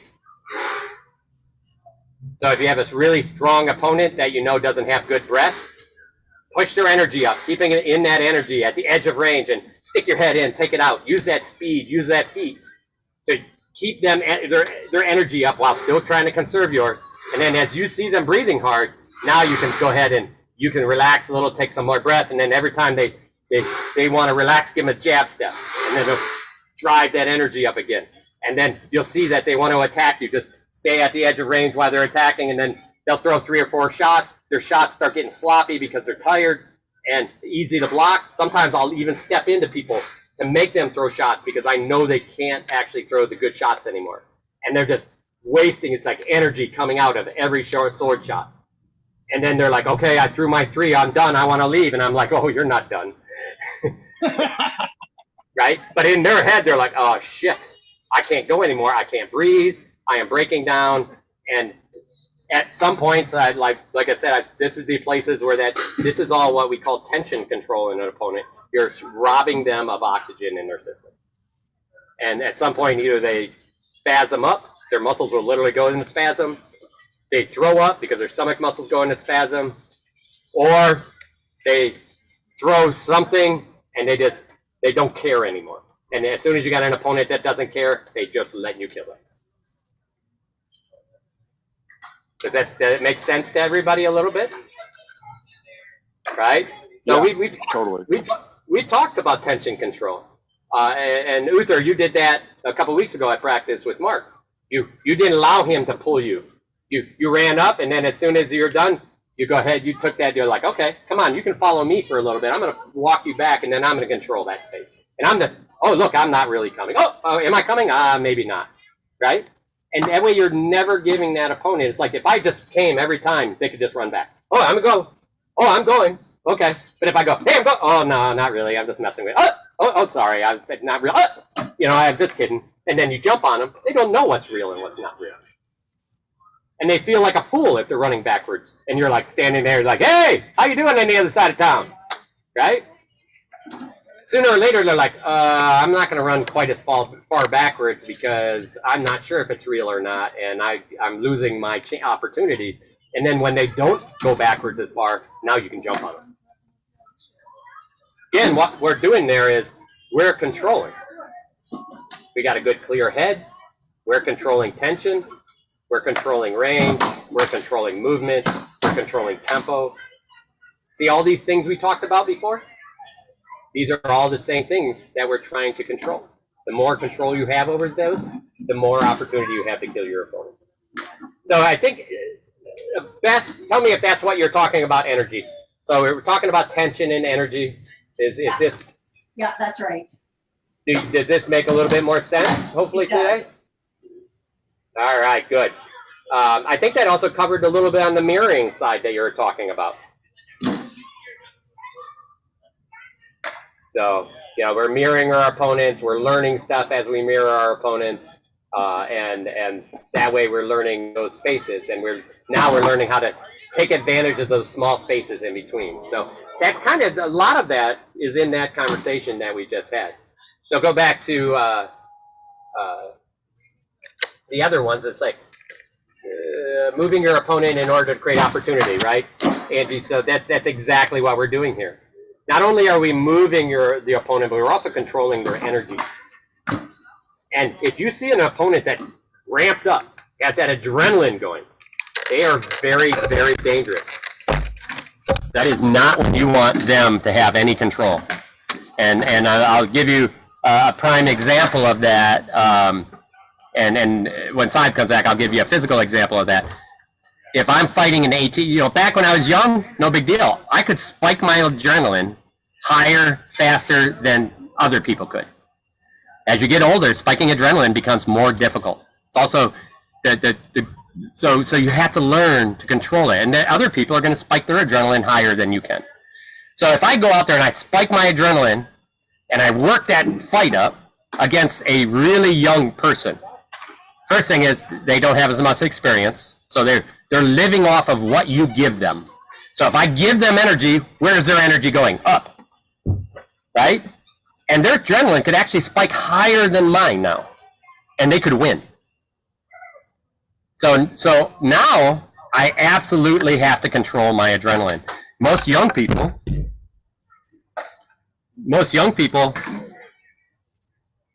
oh, going to a different camera. You want to do the physical All right, example? so here's the example of it. So I have a couple of years on side, like 2 or 3. And so in this case, I may have to watch it. So knowing that she's younger than me, can move better than me, if I start giving her a lot of energy, so here, she's nice and relaxed. I am very comfortable because I don't see any adrenaline in her, and she has to create some energy, tension in her body, and I get to see that because I have many years of experience seeing it. But if I get her in this space, now her tension's high, and I don't get to see as much tension created before she throws a blow or does something. So what's happening there is I don't get as much time to see when that happens. And in fact, if you notice, I gave her energy and then she shot outside my foot. And I was like, shit, she wasn't supposed to do that. So now she's in front of me because she's like, oh, the fight is on? Take this, old man, right? So that's what she's thinking in her head every time she fights me. So she shoots and does other stuff. So now I'm thinking, well, this sucks. Why do I want to give her that type of fight? And I hear this all the time. It's like, somebody comes off the field. That's the best fight I've ever had. You know who gave him that best fight? Not them. You did. You gave him that best fight by drawing it out of them. I got bad news. When I'm fighting a tournament, I don't want you to fight good. I just want to kill you. Right? And I'm talking tournament. Doesn't mean that you're somewhere else and you want to have some bunch of fun fights. That's great. Just remember, if it's always about the fun fight, that's what you go in a tournament with as well. And there are people that just want a good fight. So in this example against side, what I'm going to do is I'll give her a little energy. You look, that energy went up. And as soon as I relax, she followed me because she doesn't know how to control her own energy yet. And I give her nothing. Now I don't know what's happening. She's not even sure how to get her adrenaline up. And I'm just giving her perfect nothing. I'm not even sure if we're actually fighting. Exactly. When you do that. Right? So what's happening there is, and I'll get her really close. In fact, we'll switch sides so you can see this. Watch my energy here. Ready? You can see. And she's ready to go, right? She is good with that. But when I do this, No, it's really uncomfortable. Unless I'm like overly confident and try to do that. and then I break out of those, then it's just a single effort of adrenaline. She doesn't have time. So what happens with young people is they rely on energy given from their opponent a lot. What I'm trying to help everyone here with is understanding you control your own energy. Somebody else doesn't guide it. The more you control it, the better. So I'll do this with sword drills. And you hear me do this all the time. I'm like, I'm going to throw a shot. I'm going to make you throw a shot. Ready? Go! Exactly. Ready? Go! And that go, what that go is doing, it's like, oh my God, he's screaming at me! Right? I gotta go! It's driving that adrenaline up. You can literally feel my chest go every time. Right? And it makes people throw a better shot. But then, watch, and in fact, I'm going to have her throw it right on my shield here. There we go. And ready? Go! Ready? Go! Go! Go! Good. All right, now we're just going to throw a blow. Okay? You see? We start losing some focus. See, it's a little slower, right? Because what's happening is that adrenaline push isn't as big. So what happens in there is with that adrenaline push comes focus and energy and power. So this is why controlling your own adrenaline is so important and not giving it away to your opponent. So adrenaline is also, the more you can flood somebody's body with adrenaline, the faster they get tired. So if I can go out there and they throw a bunch of shots, go ahead, just bang, bang, bang, bang, bang, bang, bang, bang, and then they're done. They're going to walk away. I want that break. And they want that break, and I'm going to keep that adrenaline going. And soon it floods their system and breaks their muscles down. Now I'm not even talking about a fight that we're throwing shots at each other, right? I'm talking about a whole different way of attacking someone and breaking somebody down. We don't talk about that a lot, do we? So that's a big part, and a piece I want everybody to understand. And again, we'll go back to the other camera for a second.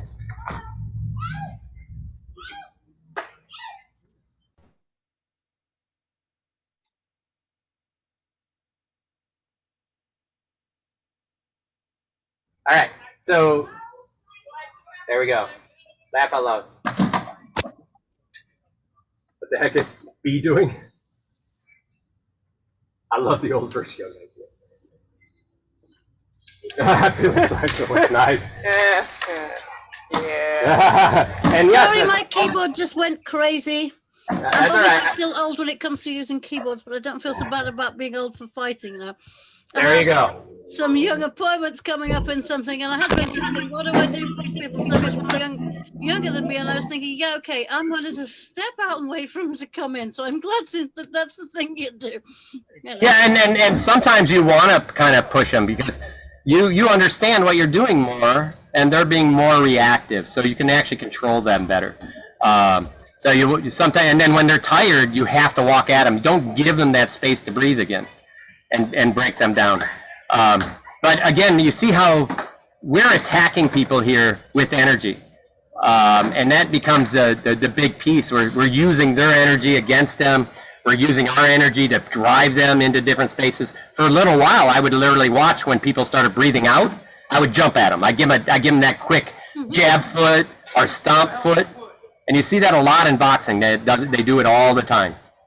And what that does is it freezes your opponent, and then you shift around and things like that. Those little pieces by themselves allow for energy control and movement control.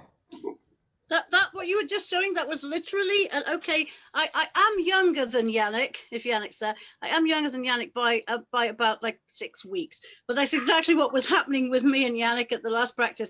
The side to side movement, and he was just completely good for Yannick. I was just completely foxed. What the heck is he doing? And then I was straight into, which is why I had the slightly ringing head and also had to find a comfortable chair at work. So yeah, living proof. All right, so we're going to do something here, and everybody's going to go ahead and try on this one. And that is, we're going to add a little bit on the Pell. I want you to act like the Pell is your opponent. And what we're going to do is we're going to add, and I'm going to do it a little bit first with you guys, and then I'm going to break off. And now when I say go, you're going to use that Pell as your opponent, and you're going to add jab feet. You're going to add tension with your hands. You're going to fall out and fall back in, and you're going to actually use your Pell like it's a person attacking you. You're going to learn to relax, bring that energy all the way down, breathe as you're walking side to side, and then build it back up again. I want you to add all of those bits of changes. Build your speed, slow your speed down, build your speed up, burst into things. And so we're going to give you an example a little bit. You want to give me an example? No. No? Yeah. I'm not sure I'm even going to do it right, so I will just do it as the exercise. So I'll start it, and then as I stop and go look at you guys, Simon's going to continue on it. So the idea here is we're going to do this probably for about a minute. And if I'm attacking them,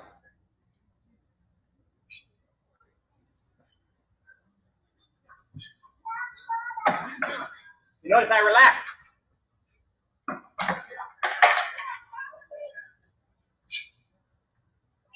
Relax, breathing. Every time I stomp, I give a breather.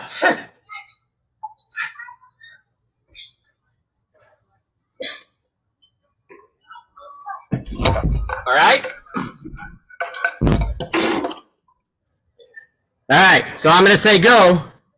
And you see what I was doing is there's a lot of jab steps in there. I did a lot of switching of feet, jab steps on both sides.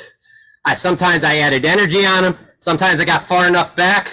I could breathe for a second, move, and then come back in. Right? So you're going to pretend this person's going to try to throw stuff at you. They just don't happen to be moving. All right. So let's go.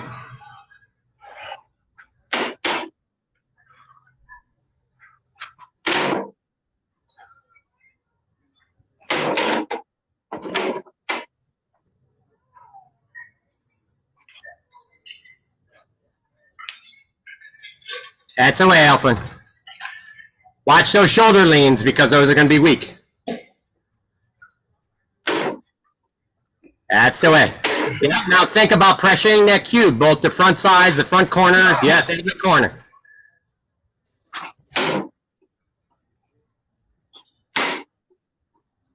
That's the way, Angie. Good. Yeah, pressure the points of the cube. Good. Now find your ways to really, breathe out there. Breathe, slow it down, then speed it back up. There you go. And when you do those jab feet, make sure that you breathe out. Don't hold your breath when you're throwing shots. You got to let that air out every time. If you find yourself holding your breath while you're throwing shots, you know you're doing something wrong.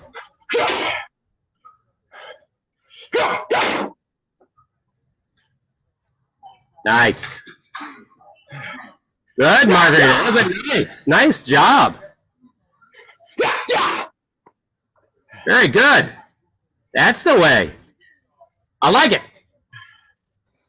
Great job. If you're tired, go ahead and take a break. I'm just moving around, looking at folks here.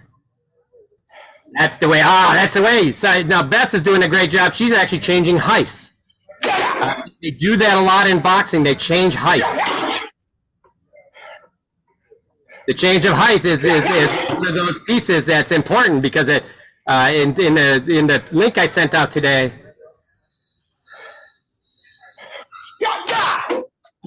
So in the link I sent out today, they talked about changing heights up. It gives them that fake high and fake low.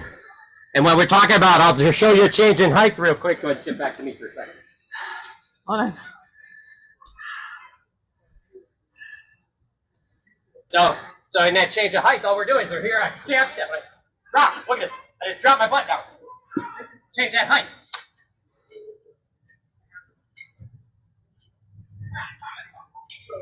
High, low. Okay? All right, everybody take a break. Let's switch back.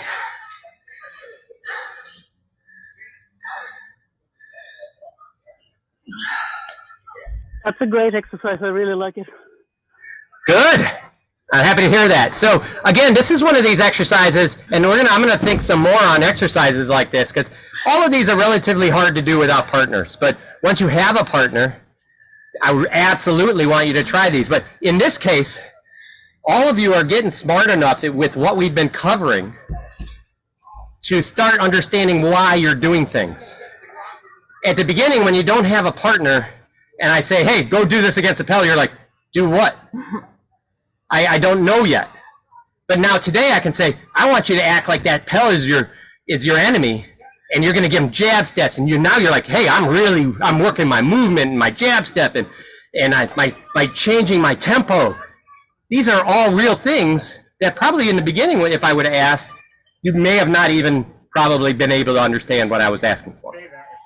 My pal developed a pole arm from the other end of the room, which has accidentally clocked me in the face and hit me on the backside. And backside was deliberate. Yeah, but I have knocked the pole aside, the pole arm aside quite a lot, and got in for the kill. But what you did then is because it's nice when you have somebody like behind the pell who can kind of fight back, as it were. Yeah, exactly. You got to remember you're supposed to still be fighting the pell, not the person behind it. Yeah. It's not melee training.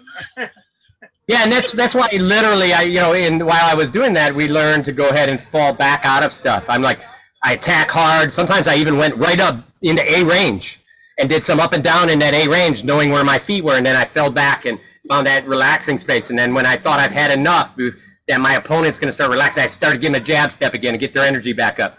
Like, see, in this exercise, you're controlling your breath.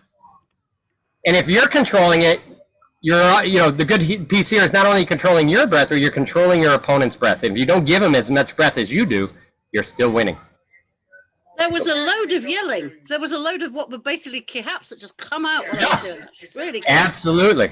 Absolutely. And I found that was key as well, because once I started ki-ing on every shot or yelling on every shot, I was getting air and I was throwing a lot more relaxed with a ton more power. Exactly, more power, because you're allowing. So what happens when you keep air in your body is you also keep tension in your body. So what happens in those scenarios is that if I'm keeping air in my lungs, I'm holding my breath. You're not allowing all of that tension to come out of your body. And with a blow, that's what you want to do. You should throw your stuff in the shade here. And then that's how I got to train myself out of, because here for so long we were told to keep quiet while we were throwing shots. That's, and every practice can be a little different, but I'm big on breathing out, and part of my breathing out comes from martial arts, where I'm always exploding my breath out like I'm exploding my shot. So, all right, so Bess was, I like these, good. Speaking of A range, I was talking to Rongvalder about range. He definitely, and he defined the ranges you use. They are different than the definitions. All right, so are you saying that mine and Rongvalder's are different? Yes. So I have been taught, we all use the alphabet for our ranges. Yeah, A, B, C. And I was talking about like A range or something, and he said, wait, by A range, we use A range to mean blah, blah, blah, blah. And I was like, that is not how I've been taught A range. So A, B, and C, would you define or explain to us where you see A, B, and C? Yeah, and then, what I've seen just talking with a lot of the other folks on like Great Fighters YouTube and things. So there's a couple of groups that use period distance calls, and there's a couple of groups that use numbers as well. But the majority use A, B, C, with A being close, B being medium, and C being the edge of where you can throw a shot.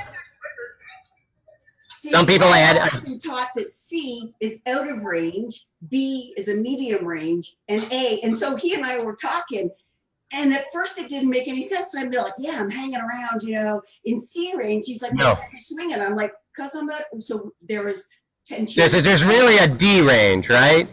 So C range, so what we're C range for us is we can literally stand on that edge, lean forward a little bit and throw shots that are good, and then lean out range. You remember how we're leaning on our front foot and leaning on our back like a rocker? I'm leaning on that edge, that gray space, right?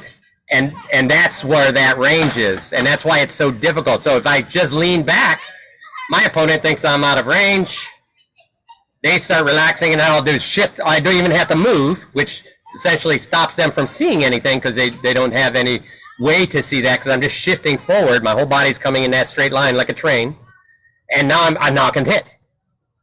Then I can shift back out of their range again.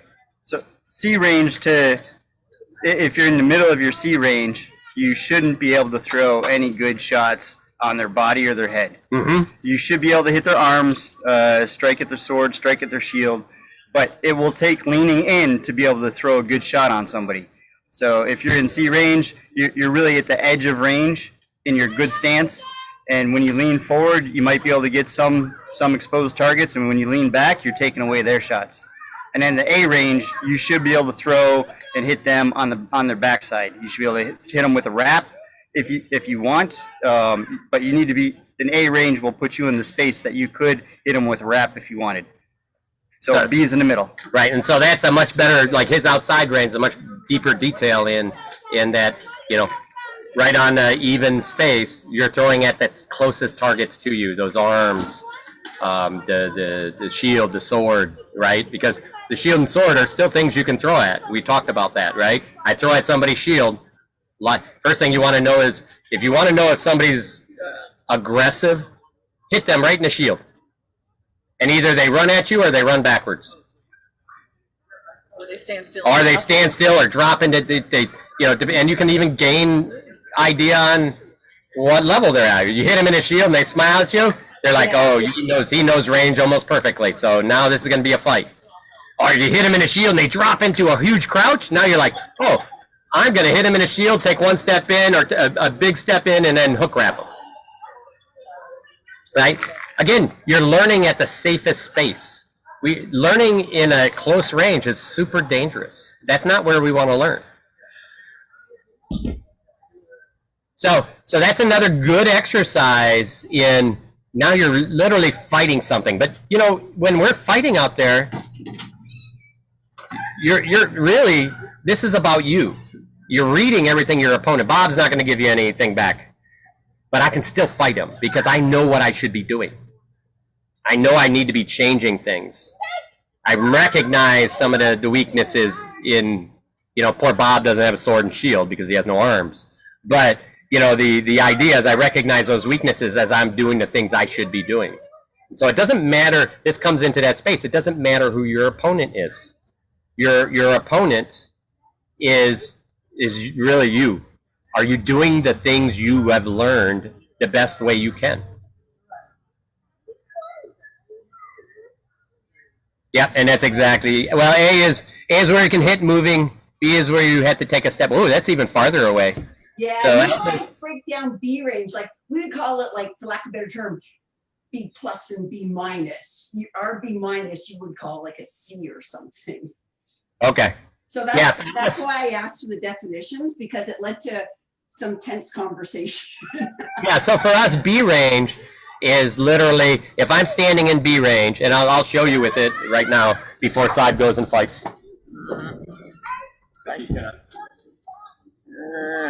We're just shifting over. So if I'm standing with Side right here, I'll give you a feel for the ranges so that you get these.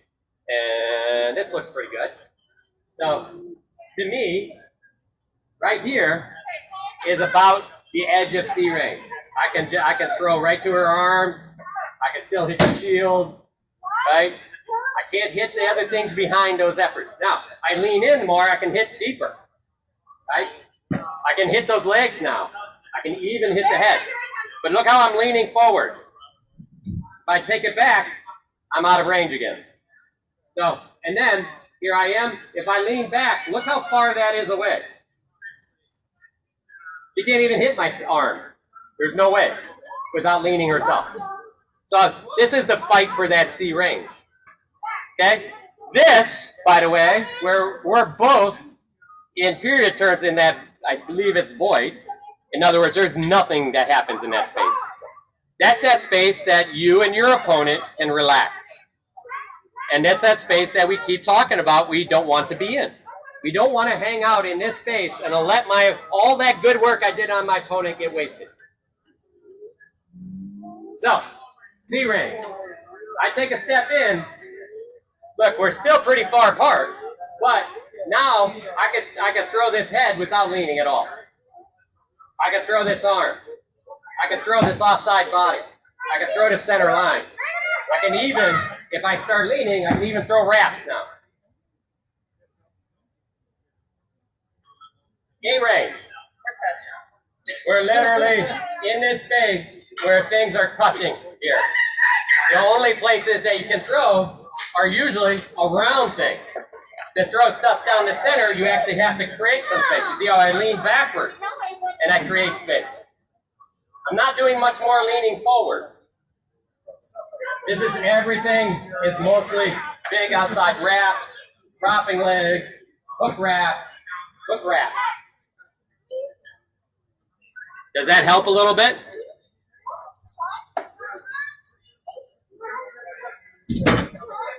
Thanks for the demonstration. I really appreciate seeing it. That's awesome sauce. So we're going to work this on our Pell right now.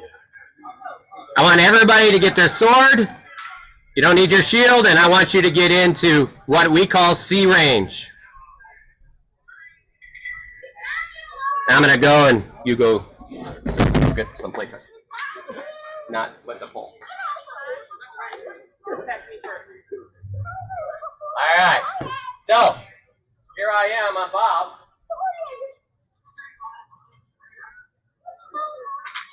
Okay. I can't hit his face. I could probably hit an arm. I lean a little bit forward. I can hit him in the head. Now I can't hit him in the head. I lean a little forward. I can hit him in the body. Hit him down the center. Probably hit him in the leg. Never mind. No, don't do that. Because especially the leg that is forward.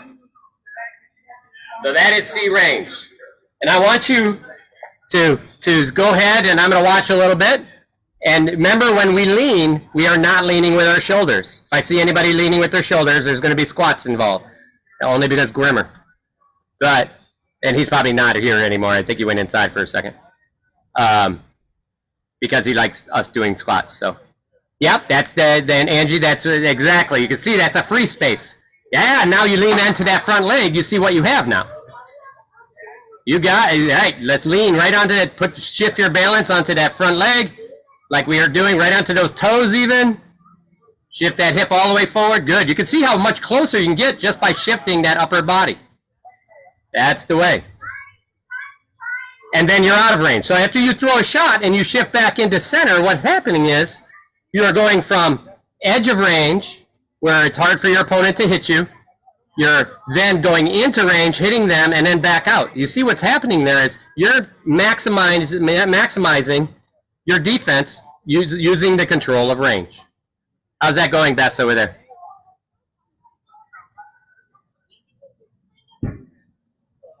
I'm laughing because, you know, I fight funny foot forward, right? Yep. Based on how I used to be. So now I'm trying to incorporate the things that you're teaching us. I can't do anything and it's cracking me up. I'll learn it, but for now, my feet don't know where they're doing and my body is all confused. But I like the philosophy that you've given us, which works better with a standard stance. So I'm trying to change back to it, and it cracks me up that I'm so bad at it. And I'm going to go back to me if you want, and I'm going to show you funny foot forward on this. So let me go back, replace spotlight. Here I am. This same place works here. Here I am. So if I'm here, I can't hit him in the face, but most likely I can hit him in the arm, and I definitely can hit him in the shield. I lean over on that front foot. Again, both legs are bent. I shift my energy into that front knee, and I hit him in the head, and then I'm back again. I'm out of range. Shift, back again. All right? Shift, leg shot, drop for the leg. Shift, head, and back again. Shift, offside, and back. So that absolutely can work with both legs. Just be careful of turning those feet in, and be careful of leaning. Yeah, I just bought an outdoor bob, so I'll be able to practice this with like a real sword and everything. So that's good. helpful. Yeah, yeah.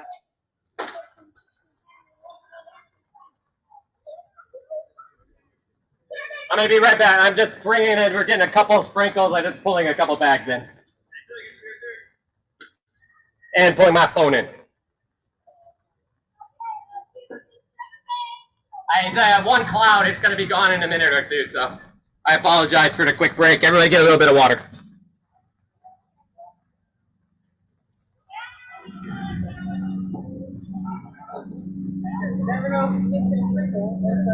Four. That's right. All right. So I think we're good. Everybody else can do their thing. All right.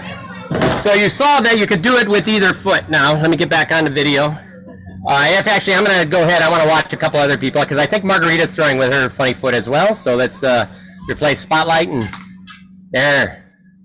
Not bad. You see? Now go right up onto that toe. When you're throwing that front, get right. Don't lift your body. Just lean all the way forward. There we go. Remember, that's it. You see it taking the heel off the ground on that front foot when you're at your full length. Exactly. See how much more length you can get if you go up onto that toe? This is why we practice. This is why we practice our exercise. So watch what's happening. I'm gonna go back, replace the spotlight for a quick second on me. Watch what's happening to my feet. Here I am. Free range. Can't hit them. Look at my toe. Look how I'm up on that toe. I hit him. Look how my back stays perfectly straight. Up on the toe. Hit him. Totally controlled. Up on the toe. Hit him. But if I just do this, I'm going to have a tendency to lean over a little. I'm ruining my shot. Get up on that toe. Hit him. This is why we practice that. Want everybody to try to get up on that toe at the end. And keep your back nice and straight. And this is the reason why we practice that pushing toe drill that we do, is to strengthen that front of that foot. I know I switched on Angie. She's like, I'm going to go watch. Oh, no, I can't now. I'm watching myself. Now lift onto that toe, on the front toe. Lift the heel off the ground. Lift your heel off the ground. So that's your back one. I want you to do both feet. Good. So you see how your heel, your front heel is on the ground all the time, right? And that's fine when you're back. Now when you go all the way forward, lift your heel, your front foot heel off the ground. Oh, look how much farther you get. Now you're hitting with half of your sword. You see how much farther you're getting? Yeah, now you have to, yes, exactly. Lift that heel off the ground. Front heel, get it off. Get off the ground. Right up under those toes. Yes, that's it. Right there. Right up under. There. Right there. See how you can keep your back nice and straight? Just by lifting that heel off the ground. Much better.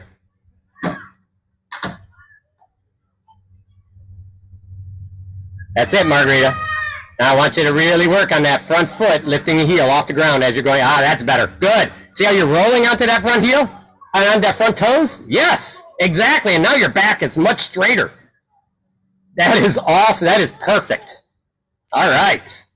At the risk of incurring squats, sir, I am falling forward when I'm doing this. Does that mean my shoulders are going first? That is 100% correct.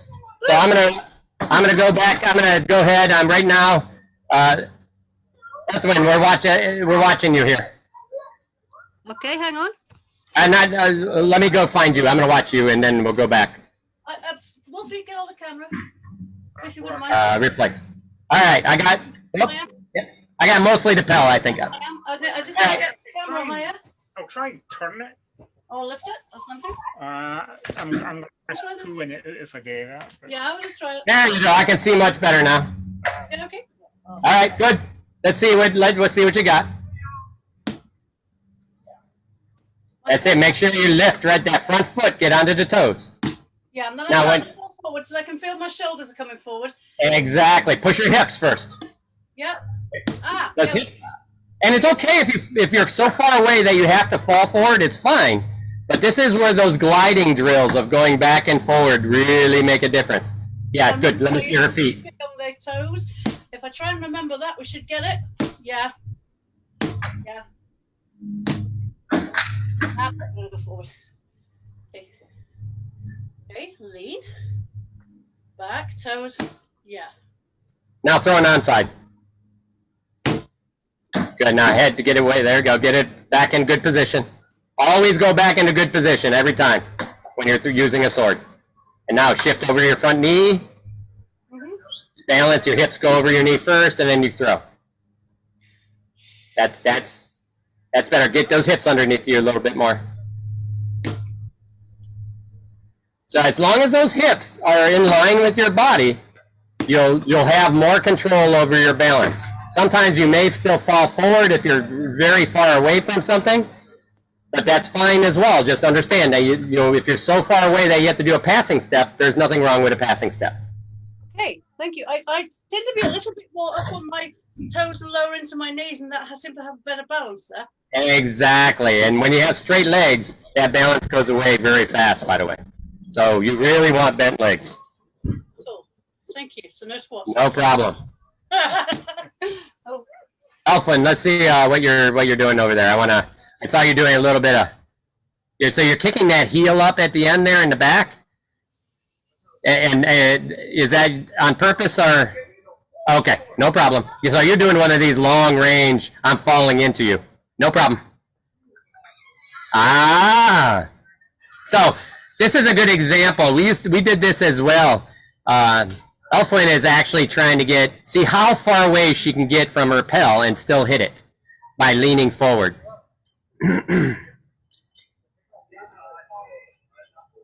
So one piece on this, Elfwin, what I want you to do is get your feet into normal position again, right where you are. There you go.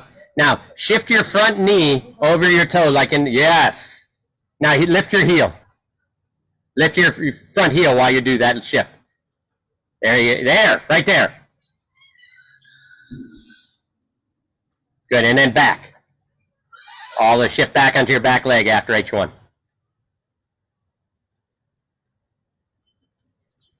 Ronis, can you talk about leaning forward and then possibly falling and having to regain your balance? Like absolutely. Okay, good. Not So, an issue then? Or? I don't know what I just did. I did something wrong, but hopefully I can fix it. Let's see, replace spotlight. I hit something. If you guys are seeing anything different, just let me know. But it's almost like I think I made my screen full size or something. We see the Pell. Hit escape and it'll probably bring it back to regular size. Yeah, well, I want the Pell, but I'm thinking it's full size, right? Is that the problem? Yeah, hit escape. I hit it a couple times. It didn't work, eh? Oh. Huh. Ah, there. That better? Nope. Maybe not. Well, we still see the Pell, so whatever. I want you to see this anyways. I think. Tell me if there's any problem here.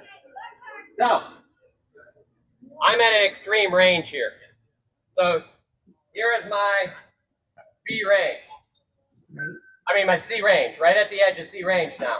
I really have no reason to fall in here because I'm here already. Again, you can see my heels off the ground. This is our exercise, heels off the ground. That knee is getting way over. The farther you get over, the closer you are to your opponent. And then I'm back again. So, an example of how I use the fall-in move, or what people think of when I do it as a teleport move, is now I'm in that voiding area, or in that space where they're, and you guys can tell me it almost looks like I'm a little choppy on video, but I'm going to fall in and show you what happened. And then if I have to, I'll get somebody over to fix it. All right, so here I am. I do this a lot. If I have an opponent, and in fact, we did this already a number of times in our practice. If I have an opponent, let's say I'm here, bang, and I drop away from them, and they relax. Then I lean, bang, and I fall in with a gathering step. I'm going to do that really slow. I'm at C range. Right here. I throw a shot, bang. I jump back. Now I'm in that void or D range. Nothing can be done. They relax, and I relax a little bit. My opponent relaxes because they think they're safe. And then I just shift that same body, same motion, and I fall and hit as I fall. And then always get offline. So we did this exercise when we're doing some drills. I'm going to pop back to me here. And I'm going to do that again just before, because I know that's not perfect. Was that choppy, by the way? Seemed a little choppy to me. If you hadn't said anything, I probably wouldn't have noticed. Okay. Don't want to stop video. Just changing my video. That's speaker and microphone. Integrated camera. Come on, it can work. It doesn't work. This is what happens when you're supposed to be a technology guy. Yeah, we still see the Pell as the. Yeah, I'm gonna try to go on one of you, see if this changes anything, and then I'll change this. Replace spotlight. Okay, I can still replace spotlight. That's good.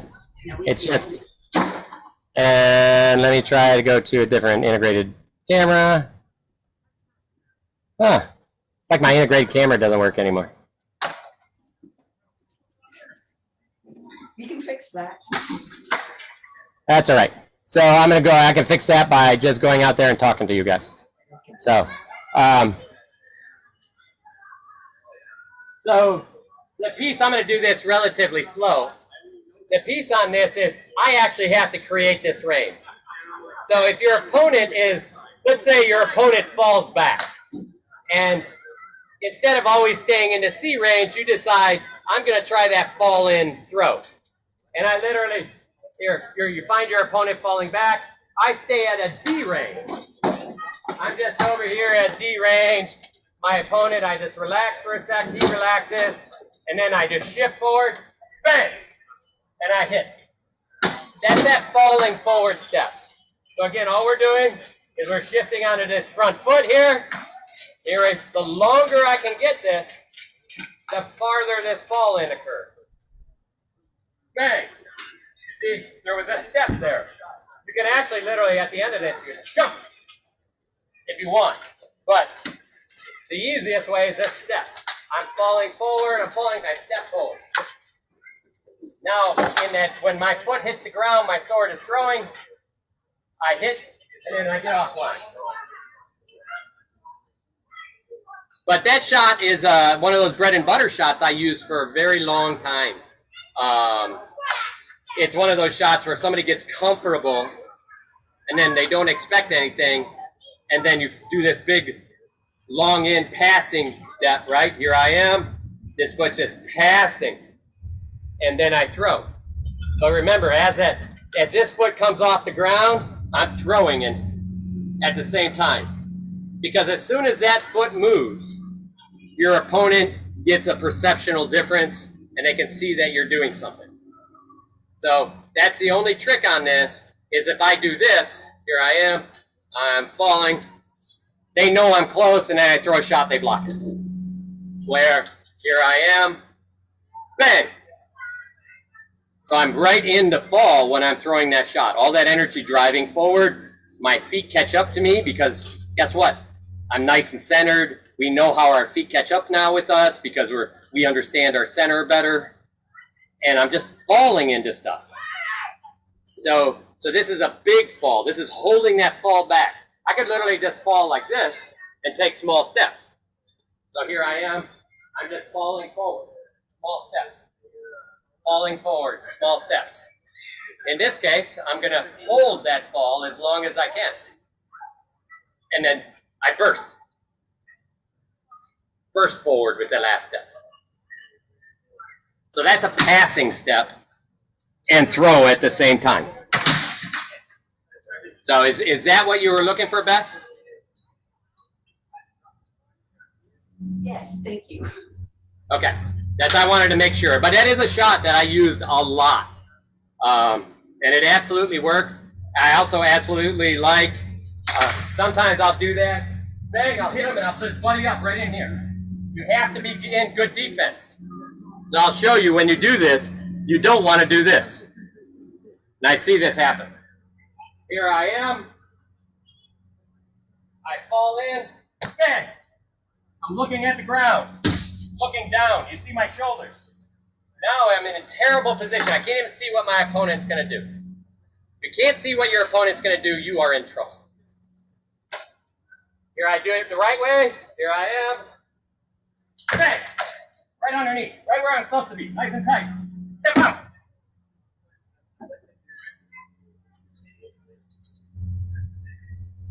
So that's the idea. You can fall in, hunker down. They didn't realize that you're going to be that close. It takes them a second to understand. And now I'm underneath them. I'm in here. This becomes hard for them. They'll tend to lean over you. Because it's a bad habit. I'm in here. I can hook wrap. I can give them a fake, and then break out my range again. So that gives you a little idea on that fall in position. Let me look at something else. I just want to run through a couple more things that Angie had brought up.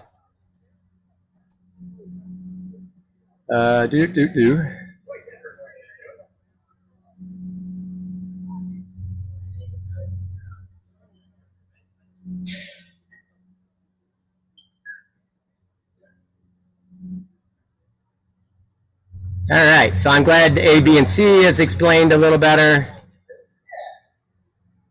Hopefully everybody got that. If you didn't, go ahead and speak up, because it's definitely one of those times. It's more educational, so that we're all speaking the same way. That's what it means. All right, so one of the other pieces in the notes was freeze your opponents by presenting a threat and moving towards them or bearing down on, or let's see, even if they are bearing down on you. All right, so that we actually just practiced that a little bit. Simple as threat. We practiced it a lot when we were just doing that 1 minute one. On the Pell, or in front of your opponent, you don't even can do a small jab step. Hey! You notice, I'm just falling together about as big as I fall in the left. Hey! And then I fall back.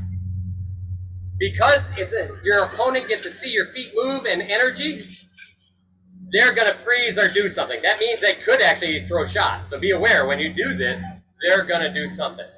So it's, hey! And then back. Now, if they don't do something, or they do something that leaves an opening, a couple shots from now, you're going to want to go back and test that. But for now, this is adding that energy to someone. But Bronis, so you're talking to them and you say, well, what if they freeze? And then you said in a couple of shots, you want to go back and do it. But if they're there and they're freezing, wouldn't you want to hit them right away? Like, is there... So if I do something to you and make you freeze for a sec, right, and you realize what you did, what are you going to do? Okay, yeah. You're going to think about not doing it again, right? Yeah, yeah. But it's natural. You actually have to think about not doing it, correct? Right. So if I go 2 or 3 more shots down the line and you have to think about something else, and those 3 things go out into your head, and that one drops out. You listen to me. You really listen. But yeah, I hear you. So that's why when I say go back to it, and you may be able to go to it right away, again, and do it. But if you have to kind of gauge how what your opponent's giving you feedback. If it looks like they didn't care, then there's a reason they didn't care. A couple of reasons. One is maybe you didn't do it well enough. So give them a harder one. So I might give them this. So let's say I'm fighting you. Ready? Here I am. Everybody, go ahead and stand up. Look at the camera. I'm fighting you for a sec. There we go. Okay, think about me. You guys, I'm going to want you to, as soon as I move forward, I want you to move. I didn't move my feet yet. You shouldn't move your feet. All right, so now you notice when I went back, if you went back, you should take that step back in. Oh, I went. But here we are. Now what? I'm going to do this. You don't really care about that move right there, right? I didn't give you much energy, did I? But if I go, hey! See how I'm selling? You remember when we talked about fakes last week? I sold that by breathing out. So what was coming out? Tension, right? That energy was coming out of me. So that's selling you, and all of this energy is being directed at you. It's just selling the fake more. And I'll do that. So my first time I do this, I might go, hey! And then drop back. And I look and I'm like, maybe there's an opening there. The next one, I may not even wait to throw this because I don't care. I could tell that they didn't care that much. I just saw a possible weakness. I'm going to make it look even better by allowing the hand to push forward a little more. And now it almost looked like I was throwing a shot. And in fact, what happens, if that weakness is still there, most likely I just went halfway through my shot, added all that energy in there, And now I can tell if my opponent is actually going to block it or not. Or they could just be baiting me to throw the offside so they can throw the offside. But by going more, so I'm not going all the way out because now they can throw on the counter side. I'm just going here, and my sword's still back here for the counter. So if they're throwing a counter, I'm like, oh, he's one of those guys. He's baiting me. So, but I learned that before I threw the shot. One of the things I was taught about fake, so there's an opening, maybe you can get it, maybe you can't. You're trying to get them to move. But if they don't move, or if the opening remains, you should take the shot. It's not a fake anymore. Now it's a real blow. Yeah, you just have to remember the first time you do it, I hear this a lot, and that's like, oh, I should have thrown that. Well, you didn't know you should have thrown that before you even went anywhere, right? Right. So the next time, yes, maybe you should have thrown it. But the key on that is if somebody literally throws something and I do this, I'm like, oh, that was a terrible one. So now I know that guy I had a weak block on my leg. I'm going to increase this range so that I don't have to worry about this leg anymore. And then he's going to push a couple other things, other weaknesses, get to learn some more, and then he's going to go, and then I'm going to say, oh, okay, I'm thinking about those things. Then he's going to go back down to that leg and take it. But if I go to the well right away, there's a very good chance either he's waiting to counter you, or that you just didn't give him a good enough fake that he was really committed to it. So again, that's reading your opponent. So if it's a young opponent that you don't think has a lot of background, you've already gone through a number of things and there's a number of weaknesses, going right back to the well and getting it is perfectly fine. If it's a person that you're walking to their side and they're cutting your steps off and they're moving just like you, do you think they're going to allow you to go right back to the well? Probably not. In fact, they're probably baiting you in. That's what makes fighting so insanely fun. Oh my God, I just love fighting. So, hey, you know what? I talk about not being on the right camera. It's because I am actually not on the right camera. Oh, no, I am. That's still. All right, I'll go back to it. All right, so yeah, I mean, that's, you see, again, we're fighting the thinking game. And we're not, I'm making sure, just because I think I can hit somebody right away may not be what I want to do. Because if it's a person with a lot of energy, I may not know what the counter is, and they may pick up the block and counter faster than I can. So, again, I want to break down my opponent, know exactly that I'm safe through all of this, that my freezes work, so I can throw the shot that I don't get a counter shot to. Because it's safer. It may not be as much fun, by the way, but what me and Ronvaler always say is winning's fun too, right?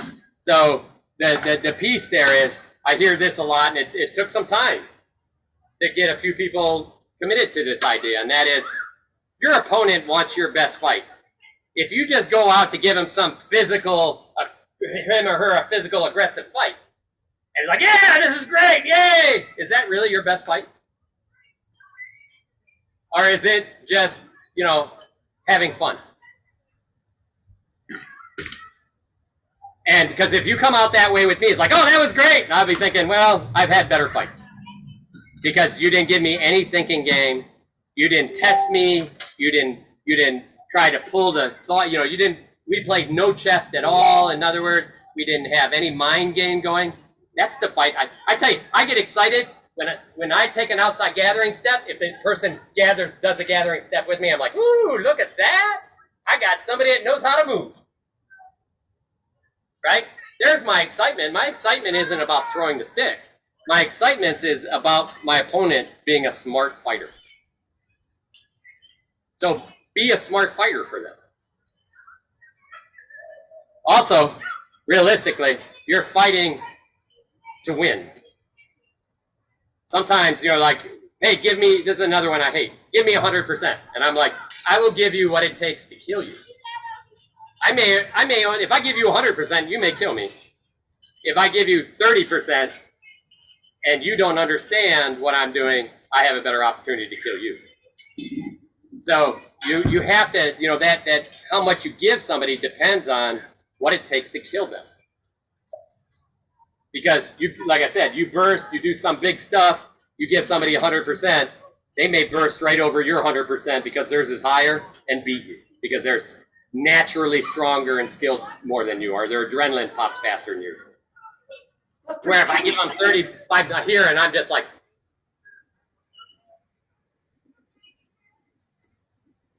But Bronis, this is what we've been talking about, right? Like the mental game. I'm not going to give you 100. You think I can do this, and 8 blows in, I'm going to do 100 from a 30 or something. ah, there we go. Yes. So you're changing the tempo of that energy, right? Yeah. So that's the mental game that we're talking. And the best part is, I think all of you are understanding that better now. Is that mental piece of this is really a chess match, and I have to see if my opponent's breathing hard, I'm going to make him breathe harder. If my opponent isn't moving well, I'm going to move more. If my opponent's young, I'm going to move maybe less, smaller, and make everything tiny and give him no energy. If my opponent's older, I'm going to give him more energy so that I wear them out faster.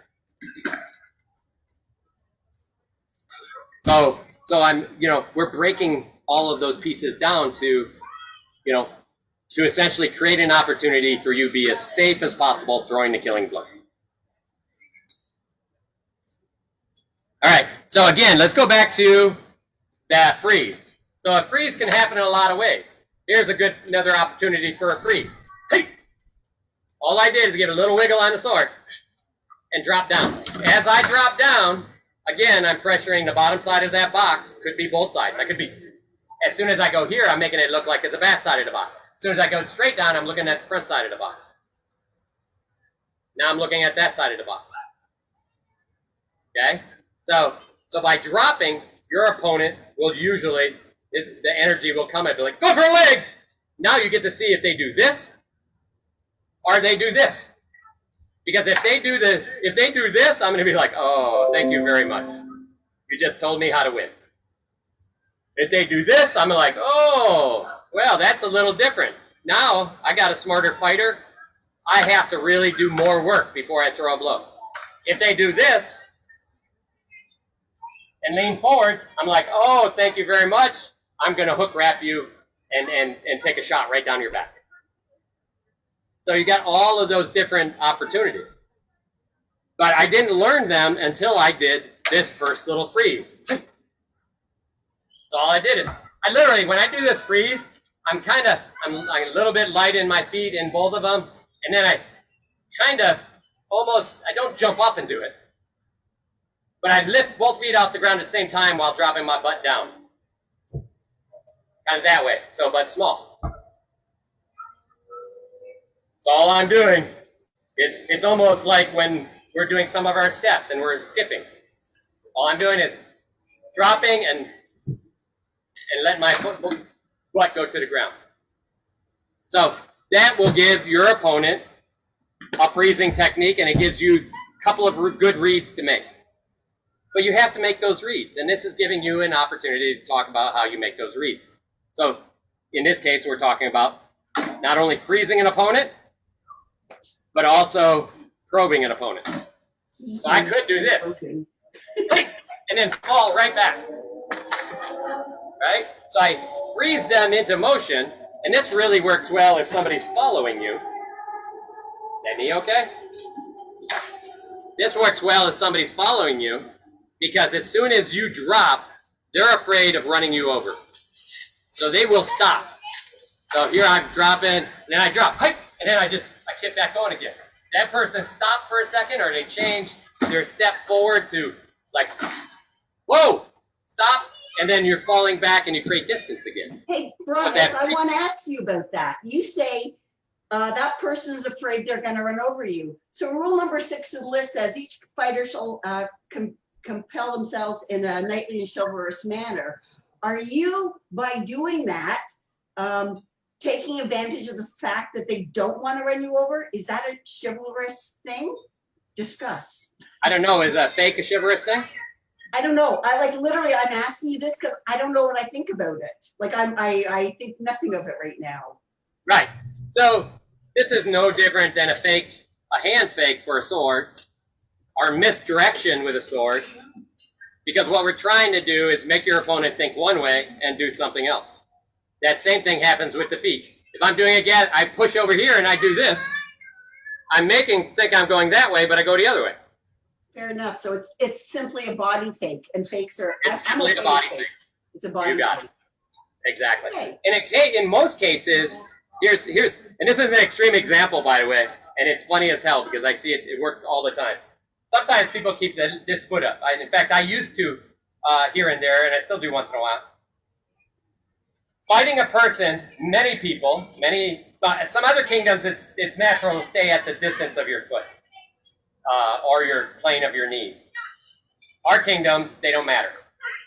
But for most people, they will stop very close to where your knee is. Yes. And look, because my knee is more forward, I still have, look, I'm throwing sword blows from behind my knee. If I was here and they were on my knees, look where my sword blows are. They're too tight.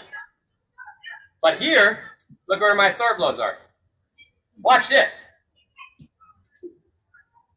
Now what's happening is I can lean forward and throw and get back. Now I'm using range.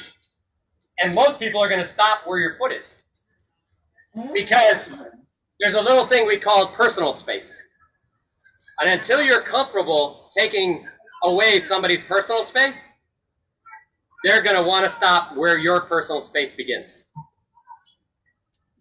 So you're just using, again, you're using something against somebody that's just natural for them. I'm grooving on this.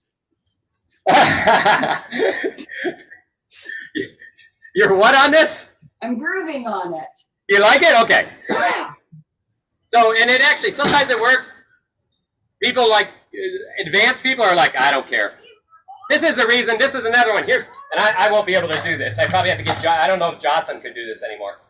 I used to fight Sir Jocelyn all the time, and she would go, and she could literally, I'm going to kick it here. She could literally fight from right here. Shoulders off the ground, knees on, not like this, but knees under, and Yeah. she'd fight right here. Duke And Yoda actually- Chimeras can do that. Right. So most people are unwilling to step over those people. And what I got used to is like, okay, bang, they drop back. I just literally, I am over their hips now. And I'm striking straight down. Bryn McClellan does the same thing, but from her knees, almost completely doubled back over. It's freakish. Yeah, and the problem for you guys is you guys have that plane of the knee scenario, don't you? Yeah, we literally will be yelled at by marshals or convening authorities if we try to get over somebody like that to take advantage. It's considered so gauche to the point of they almost pull your card over it. Well, Yeah. what kingdom is that? Both Antir and the West, he's in the West. Ah, Antir does it as well. interesting. And Kaid, by the way. Pretty much the entire West Coast does it. There's even rumblings of it in Artemisia and Aidenville. West of the Mississippi. Yeah, does That's what they were Kalantir? I talking thought about. Kalantir. Pretty much west of the Mississippi. Yeah, I wasn't sure about Antir and Kalantir. Interesting. Not sure about Antir. So, but again, it depends on what kingdom you're in this case, but also depends on your comfortability level. Most of the times when somebody doubles back like that and near the ground, reason why we stop is because we think they're going to hurt themselves. Yeah. So now they're taking advantage of what they're doing, correct? Absolutely. Mm-hmm. I'm forcing you to, by making myself look like I'm in a hurty situation, you're like, yeah, I don't want you to be in a hurty situation. So my suggestion, if you're in that, if somebody's doing that water. to you and you can't pass the plane of the knees, so I'm going to set up a chair to be the plane of the knees. Do you want knees? No, especially. My knees aren't fine. My two, this is the problem. Oh, God damn it. All right, so plane of the knees. Right? Here I am. That person goes way back, do this. So you're out of their range. I didn't go too far. Remember, they took the range away. Right. Now they're going to have to come up. Now give a jab step. They cannot fold back up and forth that fast. And if they can, they're using a tremendous amount of energy. What an unusual concept. I've never heard of this before. So I love interkingdom anthropology. I know, we did a whole interkingdom thing on Great Fighters of YouTube. We reviewed video from every kingdom. And we talked about, here's a great one. I kill this guy, right? In Kaid, I got to shade him until he's ready to get up. Really? It was an old habit. They don't do it as much anymore, but it came out of a small group there talking about chivalry and pushing chivalry concepts. There's nothing better when a guy stabs somebody with a spear and they're like, I saw it in a video. It was funnier than hell. Yeah. Yeah. So again, out west, or any kingdom with anything out past the Mississippi, that person's trying to take advantage of you. They can pop up and hit you, especially as you're trying to lean over. Remember when I talked about leaning? Don't do that. This is the death of you. You lean, you fail. So don't lean. So that's the key to fighting someone whose leg is not leaning over. And in fact, you can do this. Back and forth to get to wear them out. Yeah. So here I am. They go back there. I'll take one step back and say, come on up. Right? So here I'm fighting Louis, and Louis goes way back. I'm going to be like, okay, bang. See, because he's using a lot more energy doing that than I am moving with my feet. If I'm here and they go way back, if I do this, I'm a dead person. That's what they're hoping. You're dead. You're gonna get back right before you even know it or slot it. That's because they're using that for their advantage. So just take that advantage away. Yep. Oh, I see. So when you let them come up, they no longer are spring loaded to pop up at you. I mean, it's not so much that. I'll lean back to pull him in so he gets closer. And if I take that his advantage by not going in, so he leans back, I'm here again. Here he is. He leans back to get out of it, and I'm like, now he's just trying to get me to lean over him so he can pop up and hit me. So if I do this, bang. So as they're coming back up, now I can do something and still be legal. So Bronis, earlier, and this is Paul's question, you talked about a hook wrap. And how does that differ from a wrap? Hook wrap. Hook. Oh, a hook wrap. It's my Canadian accent. So there's a little bit of that. So you can also hear about things like thumb leaders and things like that. Actually, Louis could probably do some of these better than me. You do them with your arm? So normal wrap tends to be long and continuous. A hook wrap throws across and hooks really tight at the end behind something. So when a boxer throws a hook wrap, they're hooking behind it. When they throw a big roundhouse, bang, they're hooking all the way through it. Go ahead. Try it. Louis actually does a nice job explaining some wraps. You can throw a wrap in your leg. Yep. But you can also throw a hook wrap. Is there any way we can change cameras? Right now we're on foot cam. Oh, are you on foot? Oh, you want to go to foot cam, or are we on foot cam? We're on foot cam right now. Oh, that's why I got the funny view. Thank you. Yeah, I moved to foot cam and then I switched to it by accident. My only issue is every time I change any of these cameras, nothing comes up. Oh, so you gotta change pin. Yeah. Oh, what happened? You're on foot cam. All right, that's the foot cam. I escape. Right. That's still the foot cam. Right. Which one is selected here? I got PC. That should be this one, shouldn't it? Right. Now you gotta pin it. I have to pin this? The one I'm in. You are pinned here, but that's the foot cam. Watch. So you see? Yeah, that's what we see. They wanted off the foot cam. I can't change. For some reason, I did something, and I think I actually maybe took the other video off. Maybe I signed off. No, I can't. I can still see one that says Roaring Wastes, and it's the Pel for sure. It's like Pel cam. Yeah, I don't see the roaring waste one as the Right, best you're on part. PC, but Oh. you got to slide. Yeah, I didn't even see it here. Watch. No roaring waste. Isn't that weird? That's weird because I can see it. I can see it perfectly well, yeah. It is strange. Take it off that camera and go Remove back to it. spotlight, maybe. Yeah. Like go to So gallery. now it's just, now I'm on you. If you take all the pins off, can they select it themselves? There we are. That's the one. Oops, you had it a second ago. I did? There. Yep, Now I there think- you are. Stop. Yeah, I think it's only because I'm talking though. Right. We have to pin it. And I can't actually pin it. Where's it? Yeah, I see. I don't have it on as an option anymore. Let me go to a different view for a sec. And I see, I don't even see it over. Oh, here it is right here. Can I? No, that's just that. Let me see if it's in a view. I'm going to change my to gallery view for a second. Oh, you can pin it from over here. Okay, I can pin it from here? Yeah. How? More? Yeah. No, Right click on it. I did. I can't pin from there. Okay. So select another camera from here. So Yeah. as far as I can make out, the problem is that FootCam is not a host, and it's just the roaring waste that is host. So that's probably why you can't pin. Integrated. Go up one. Yeah, watch this. Integrated camera doesn't even pick my integrated camera anymore. So it's like it lost all the camera options on this. So. That's a bug. Yeah, I knew I had hit something, and I think what I hit was I turned off any of the camera options on the laptop. So I've been on this foot cam for a while, and I apologize to you guys. But Okay, roaring waste is now empty. There we go. yeah, we can't get it on our screen is the bad part. All right. So Can you make somebody else? that's what I'm about to do. Yeah, we'll make some. Make Bess, yeah. So Bess, you are co-host. See if you can pin it. Hey, buddy. Good to see you. Glad you made it over.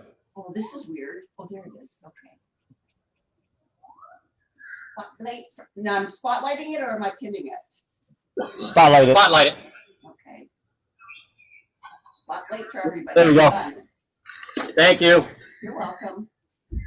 The bad part is you're probably the one that's going to be spotlighting right now. All right. So Louie's going to go through these wrap ideas. So just from say V range or Take them through exercise on their pelts. After you're done showing them, make it do it on the pel and look at it. Right. so a little bit at the far A range, we'll say I can throw a wrap here to the outside of the leg, or I can throw a wrap to the over top of the shoulder. But if I'm going to throw a hook wrap, it's really I'm going to get this big angle. Is really what I'm going for. So over the shoulder. So I might throw it from here, and I'm going to get a, basically I'm almost getting a 90-degree angle between my arm and my sword when it's hitting. Does that make sense? So that's what you're calling a hook wrap. Right. Is that what you would call a hook wrap? I'm not sure I even distinguish them. Yeah, So then you're talking about that, and then you're talking about going to a thumb lead, right? Is the next one? right. We could do that too. What was the question, Bess? So is the difference where on the blade it hits? No. So a hook wrap tends to be when you're a little bit closer. We're usually throwing them a little bit faster. We're usually throwing them a little bit shorter on the blade. It's an in close, tighter shot. It's usually a quicker, shorter wrap. Yeah. Right. You just want to get in close and behind, as opposed to just throwing a wrap that's out here. Mm-hmm. So I can throw a wrap to his leg and catch, the outside corner of his leg, or I can throw a hook wrap and get behind his leg. But when we say hook wrap, we're usually pulling someone. We're pulling back toward yourself at the end of it. We're throwing it a little bit faster, and we're trying to take some of the approach angle out of it.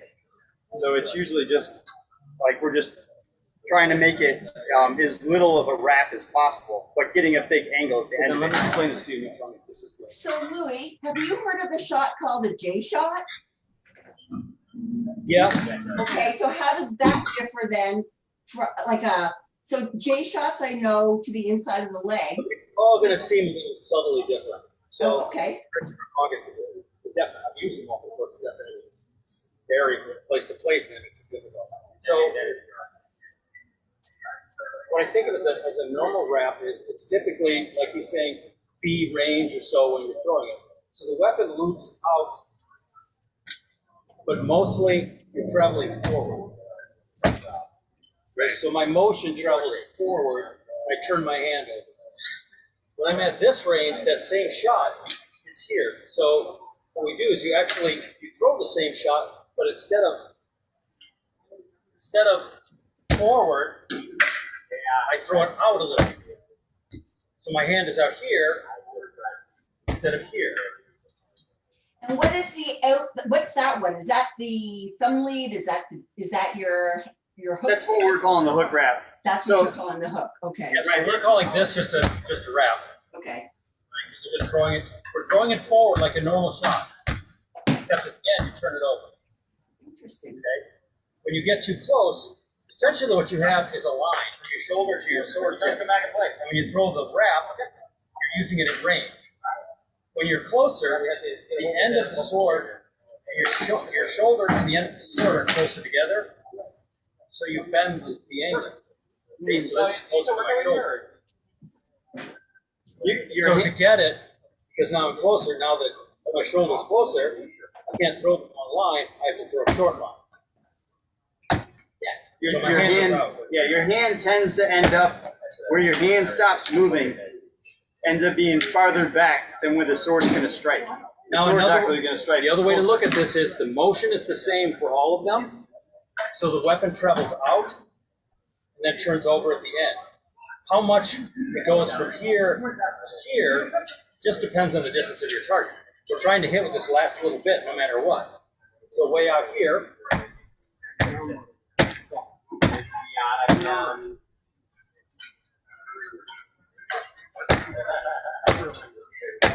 See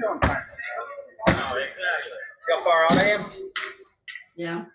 That's really what I'm doing. So somewhere in the middle here, we're changing a definition from a wrap to a hook. But all the way in between here, all these variations, depending on the actual distance that you're throwing. Now, the other variations are, Ronis talks about a thumb lead. I don't do it very much, so it's a little hard for me to do. If I do this right, you throw a straight shot, like you're going to pick up an arm, and then, correct me if I'm wrong, as he throws that shot towards the arm, turns. So the tip breaks inside, and instead of skating the outside of the arm, the tip turns inside, catches on the inside. Turns. Yes. You can show the progression from these angles coming to the thumb.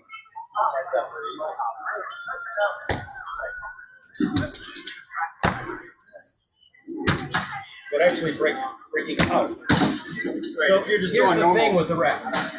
This is how most people throw it. Pull the weapon back or out and loop.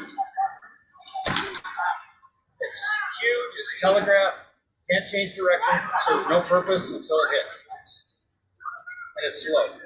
If you throw it straight like we do all our shots, it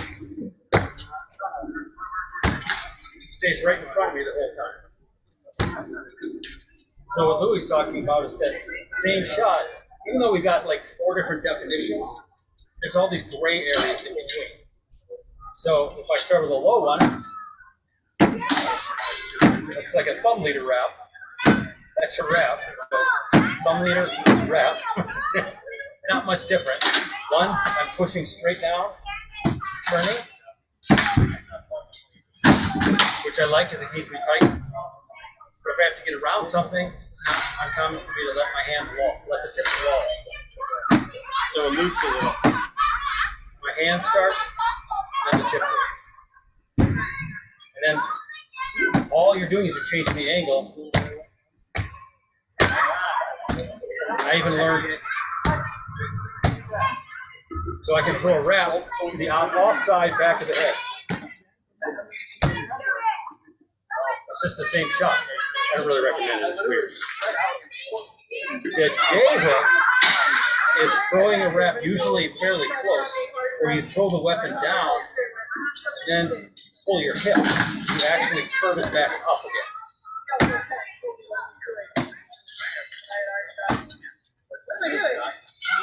The old weed whacker. What's that? The old weed whacker. Yeah.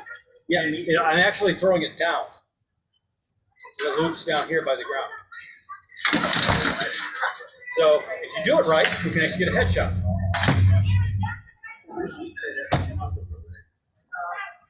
Okay, but they're all sort of the same. The big differences are you going to loop it, or are you going to thumb lead it?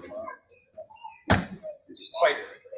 Ron likes a thumb lead because he'll fire like my arm, and he knows he's not going to get my elbow. He'll fire out here for my elbow, and then he'll throw the same shot, except turn his handle. It changes the angle from here to here. So I'm blocking this, and this is the actual shot. Cuts behind my basket tip. Does that make sense? Yeah. So I'm gonna add a little bit to that. When we teach, when you teach somebody brand new how to throw a wrap, a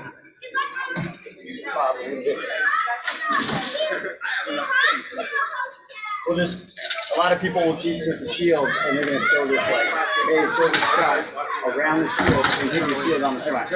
So you start with this angle that's, we'll say it's at 90 degrees. You're looping around and then you're coming back. So it's like a 180, I guess. But as you get better with it, you start changing the angle from over the top a little bit. So we start with this big angle so that your wrist rotates or your hand turns over. Your thumb is pointing towards your target. You get this big loopy shot. And as you have more practice with it, you start changing the angles. So you start with this angle, then you start working your way up. Once you get to the top, and you can throw this wrap that doesn't have any rotation to it, it basically turns it into a thumb lead. So at the very top, there's very little telegraphing. Everything looks like it's coming forward. It looks like it's a jab. And then at the very end, it's a wrap. It changes angle. So you get the thumb lead out of it. Does that make sense? Yeah, thanks for that. It was just a term I hadn't heard. I mainly throw my wraps exactly the way you've just shown. So yeah, excellent little bit of stuff. Love wraps. Yeah. Now I'm a lefty, so that's not surprising. Well, I used to as a lefty. So I used to use them all the time, but I find if I'm using wraps, I have to question my movement. Usually means I'm not controlling my opponent and I'm getting too close. So a wrap to me is a yellow light. It's time to start looking at what I'm doing. Maybe I'm doing something wrong. Yes, and you also mustn't become too predictable. Oh, Paul, what was it that Sir Clancy was, because he once demonstrated it to me, it looked very much like that, straight down and just a flick at the end. Really kind of throwing, especially for the leg, like literally straight down. It's just a slight turn at the end rather than an angle coming out or coming out in the same plane. You may know because you may be 40 and I never had the privilege, but I've had the... That's what you're talking about, correct? Or was it that one, or was it the one that comes back up again, was literally can hit on the back of the head? J, like a J hook? Yeah. Yes, it's both of them, to be honest. I was very briefly shown both of them, but it wasn't on the field or anything. It was literally just with whatever was to hand in a social situation. So yeah. Oh, okay.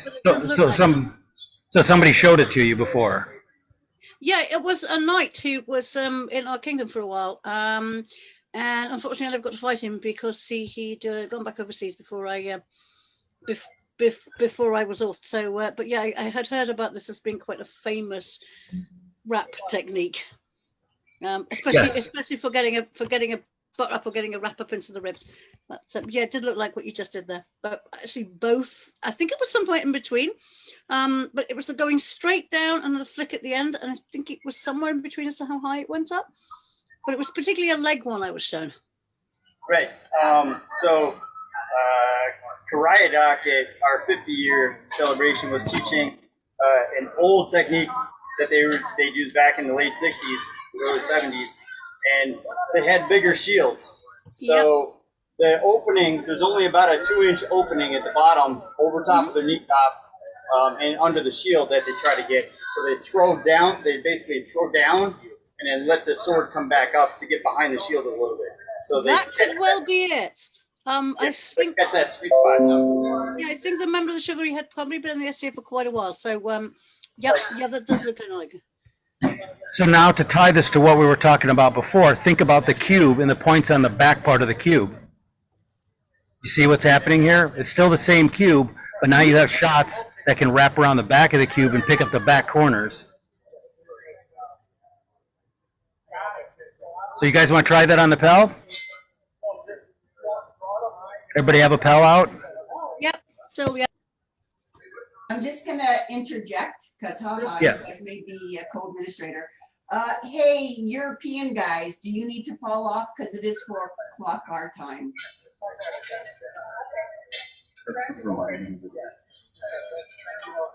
Nobody's saying they have to go, so let's do it. No, I am a night owl and I don't work till 12:30 tomorrow. But thank you for the consideration. Thank you. No, the horses would not drag me away even if I had to get up at 6 a.m.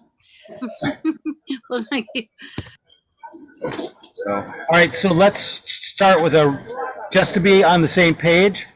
Since Louis does these shows consistently, we'll start with a regular wrap, which would be at about the BC range.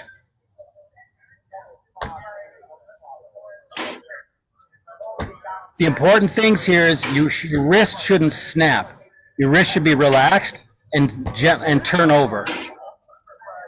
The acceleration comes from your hip, just like always. Don't try to pull this back real hard with your hand. That is not the way to do this. Yeah, you'll mess yourself up really good.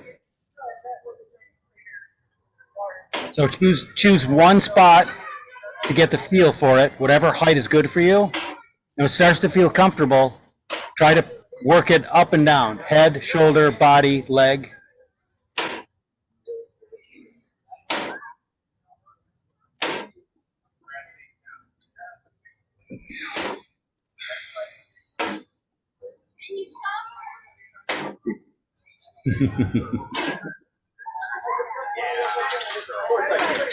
There's a show self-view. What's up? Show self-view. Maybe that'll do it. Oh. Well, that should be this camera. That should be this thing, though, right? Do you need to change a camera view? No, I just noticed there's a show self view as well. Are we still showing our view? Yes, you still see roaring waist, not the foot cam and the back of the PEL. Yeah, okay. So we just have a couple people going, right? Just 3 at a time? Yeah. So Bess, try a few where you let the tip roll around a little bit. When you can let the tip roll around a little bit, it'll be less stress on your wrist. When you try to do these thumb leaders, it's going to be more stressful on your wrist. So I wouldn't throw a lot of them. You also have a shorter stick, so you don't have the weight to accelerate. So you might even want to slow it down a little. Yeah. And something we always say is like, or at least Ragnar used to say for me is, think about it when you throw a wrap like you have a 3-foot section of garden hose that you're trying to make it go. Like a whip. Because you can't push the tip on the garden hose. you gotta use a centrifugal force. But when you're trying to transition the angles from horizontal to more vertical, then you start controlling the flip over of the wrist.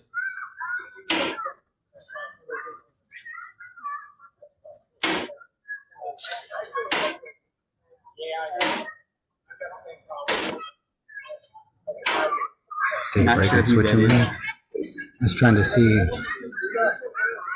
Small like that, it's hard to tell. Okay, take a short break. Shake your arms out.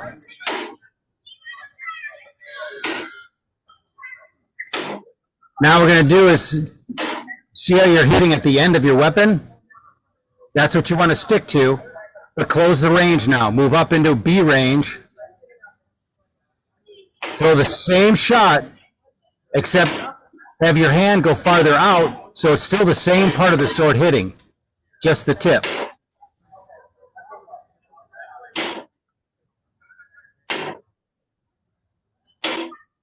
I know it's hard best with the little stick.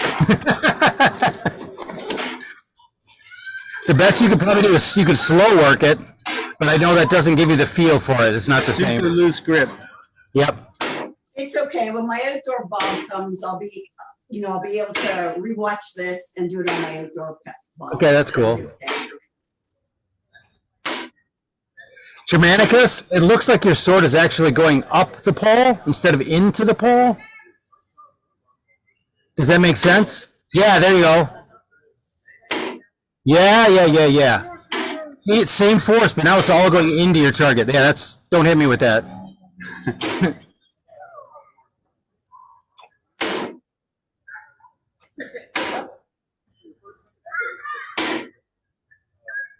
Do the same thing as before. Go up and down as you feel comfortable with it.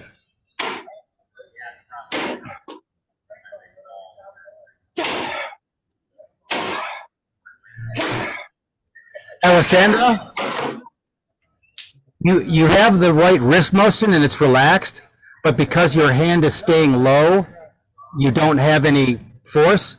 So you have the right hand motion, but have your hand come back up to its starting position. Nope. So I'm going to move in front of the camera. There you go. All right.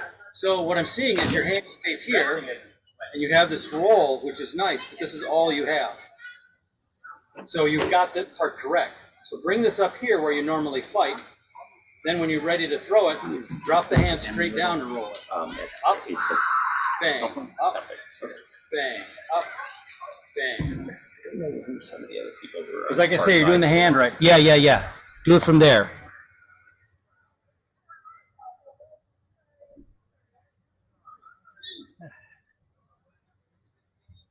I can't see the tip of it. Where's my stick here?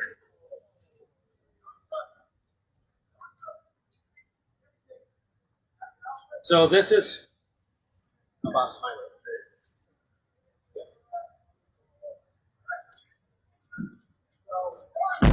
how I get used to the hand position. So keep my hand loose. Let the tip roll back.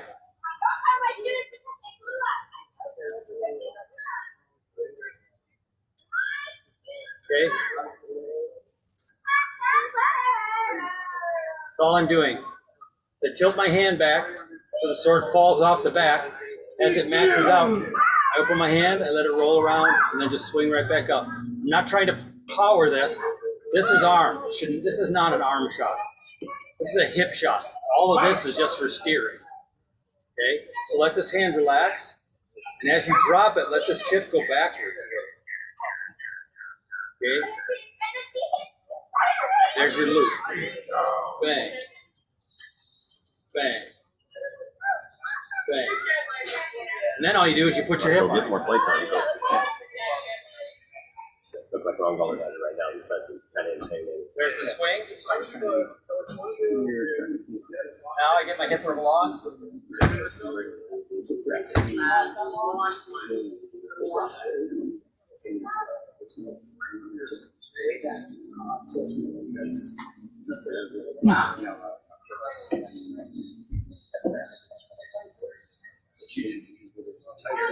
faster, more rotation, and then the tip usually ends up usually ends up deeper than the tip. I agree. I think we got it. How does everybody feel with that? And Bess can control who's on screen, so. Go ahead, Bess, if you want to control who's on screen. Bess is the boss. Bess is the boss. Well, actually, I'm the boss of dog food. Oh, you're that boss. Yeah, so I got to drop off. All right, no problem. Can you guys be the boss? Is it just because Rongwalder's here? Yeah, again. Yes. Yes. Darn lefties. I'll fight you right-handed next time then. That's just wrong, Balder. All right, guys. I'll catch you later. Have a good week. Take care, Bess. It's good to see you. Bye. It's after 4 anyways for folks. So I think we covered quite a bit. We still probably have a couple of other things. We covered a little bit. I'm going to go a little bit more on freezing people. We did cover various feints a little bit and creating tension in your opponent. We did cover that one.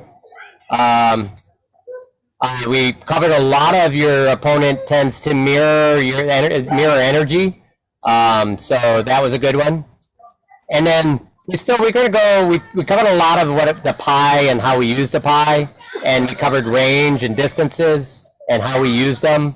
We'll talk a little bit more about lefty stuff next time. And by the way, next time I'll post this up, but next time it's going to be July 7th or July 4th is this coming weekend, which is our holiday here. So it's going to be July 11th, and we'll be out in the park because our practice is starting back up. I want to make sure, if it's all right, I'm thinking of moving the drills up like 1 more hour, which is probably pretty good for a lot of you. But I'm going to post it up and make sure and let you guys post.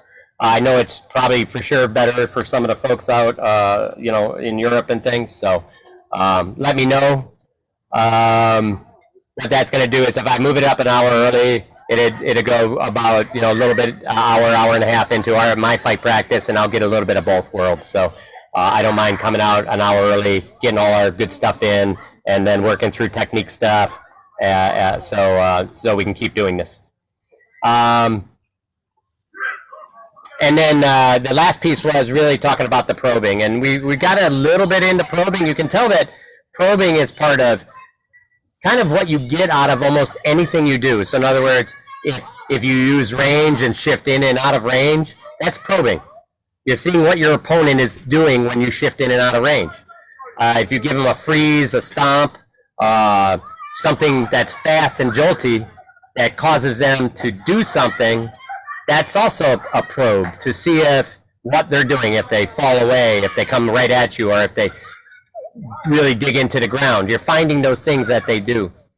So there's a lot of ways to use techniques that we're doing, and then with a freeze, with tension, and just get a feel of probing your opponent and seeing where the weaknesses are. So probing's an overarching thing over all the other things you do. And really what probing is thought. And again, we want a clear brain, calm mind, so that we can think well. If you find yourself excited, try to calm yourself down so you can think well. Because I can guarantee you that if you're super excited, and this is the same place, I talked a little bit about it earlier with breath and how the U.S. Navy SEALs use breath and box breathing and things like that to control and calm their mind so they can just be on focus of what they're supposed to do. It's one target to the next target, to the next target, to the next target, because they see it, they recognize it, they execute constantly. And it's because they have a clear and calm mind. If you have so much clutter in your mind, then you're shifting from one thing to the other, you're causing breaks and you cause confusion in your mind. You think of doing one thing and do another. So those are the things that we're really trying to make you understand. It's going to happen. You're going to react to something. Their confusion is going to set up in your mind. The piece is, can you get to a point where you can calm yourself again? Can you push enough energy back on your opponent, take control so that you can calm your mind and then go back into executing your fight? So that's a big piece in all of those. So we'll go over that again. These are all really fakes, freezes, tension controlled. All of these things are things that we're going to cover over and over again. And each time they're going to get easier and easier for you to understand, and then it's going to get easier and easier to see how you can use it in a fight. So, and that's the goal. So, okay, I think we'll end that for today. I want to thank everybody for being great and coming out and doing this with us. I thought it was actually a really good day. It made me think about a lot more stuff as well. It sounded like maybe we need to cover wraps a little bit more. We covered them pretty good at the end here. They need Okay. practice, but that's up to you guys can tell us if that's something. Work on it over the week. Tell us next week. So, and in fact, next week, or 2 weeks from now, we're going to break that Pell out really early, and we're going to do rotational steps with wraps. So we're gonna practice that, and we're gonna see how everybody's looking. So get a little bit of work in the next 2 weeks on rotational steps. Those gather, the gather, the shuffle, and the step and cross, and round your Pell and throwing wraps as that foot lands type of scenario. And then we'll review and we'll try to just tweak them as we see it. So, all right, folks. Thank you again.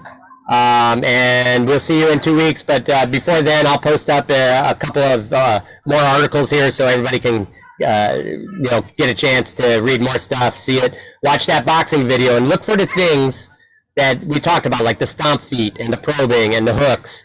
They cover a lot of that in there, and they talk about clarity of thought that he has, and you can see that he pressures all points of the box. So take a look at those things. It's a boxing match. You can see what we've been teaching you right in those matches. So, all right. Bye. Take care.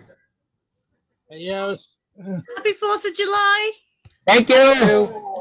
Thank you. I'm not going to quote what I always post. No, you don't quite. I love it. I love it. Happy 4th of July. Thank you. All right.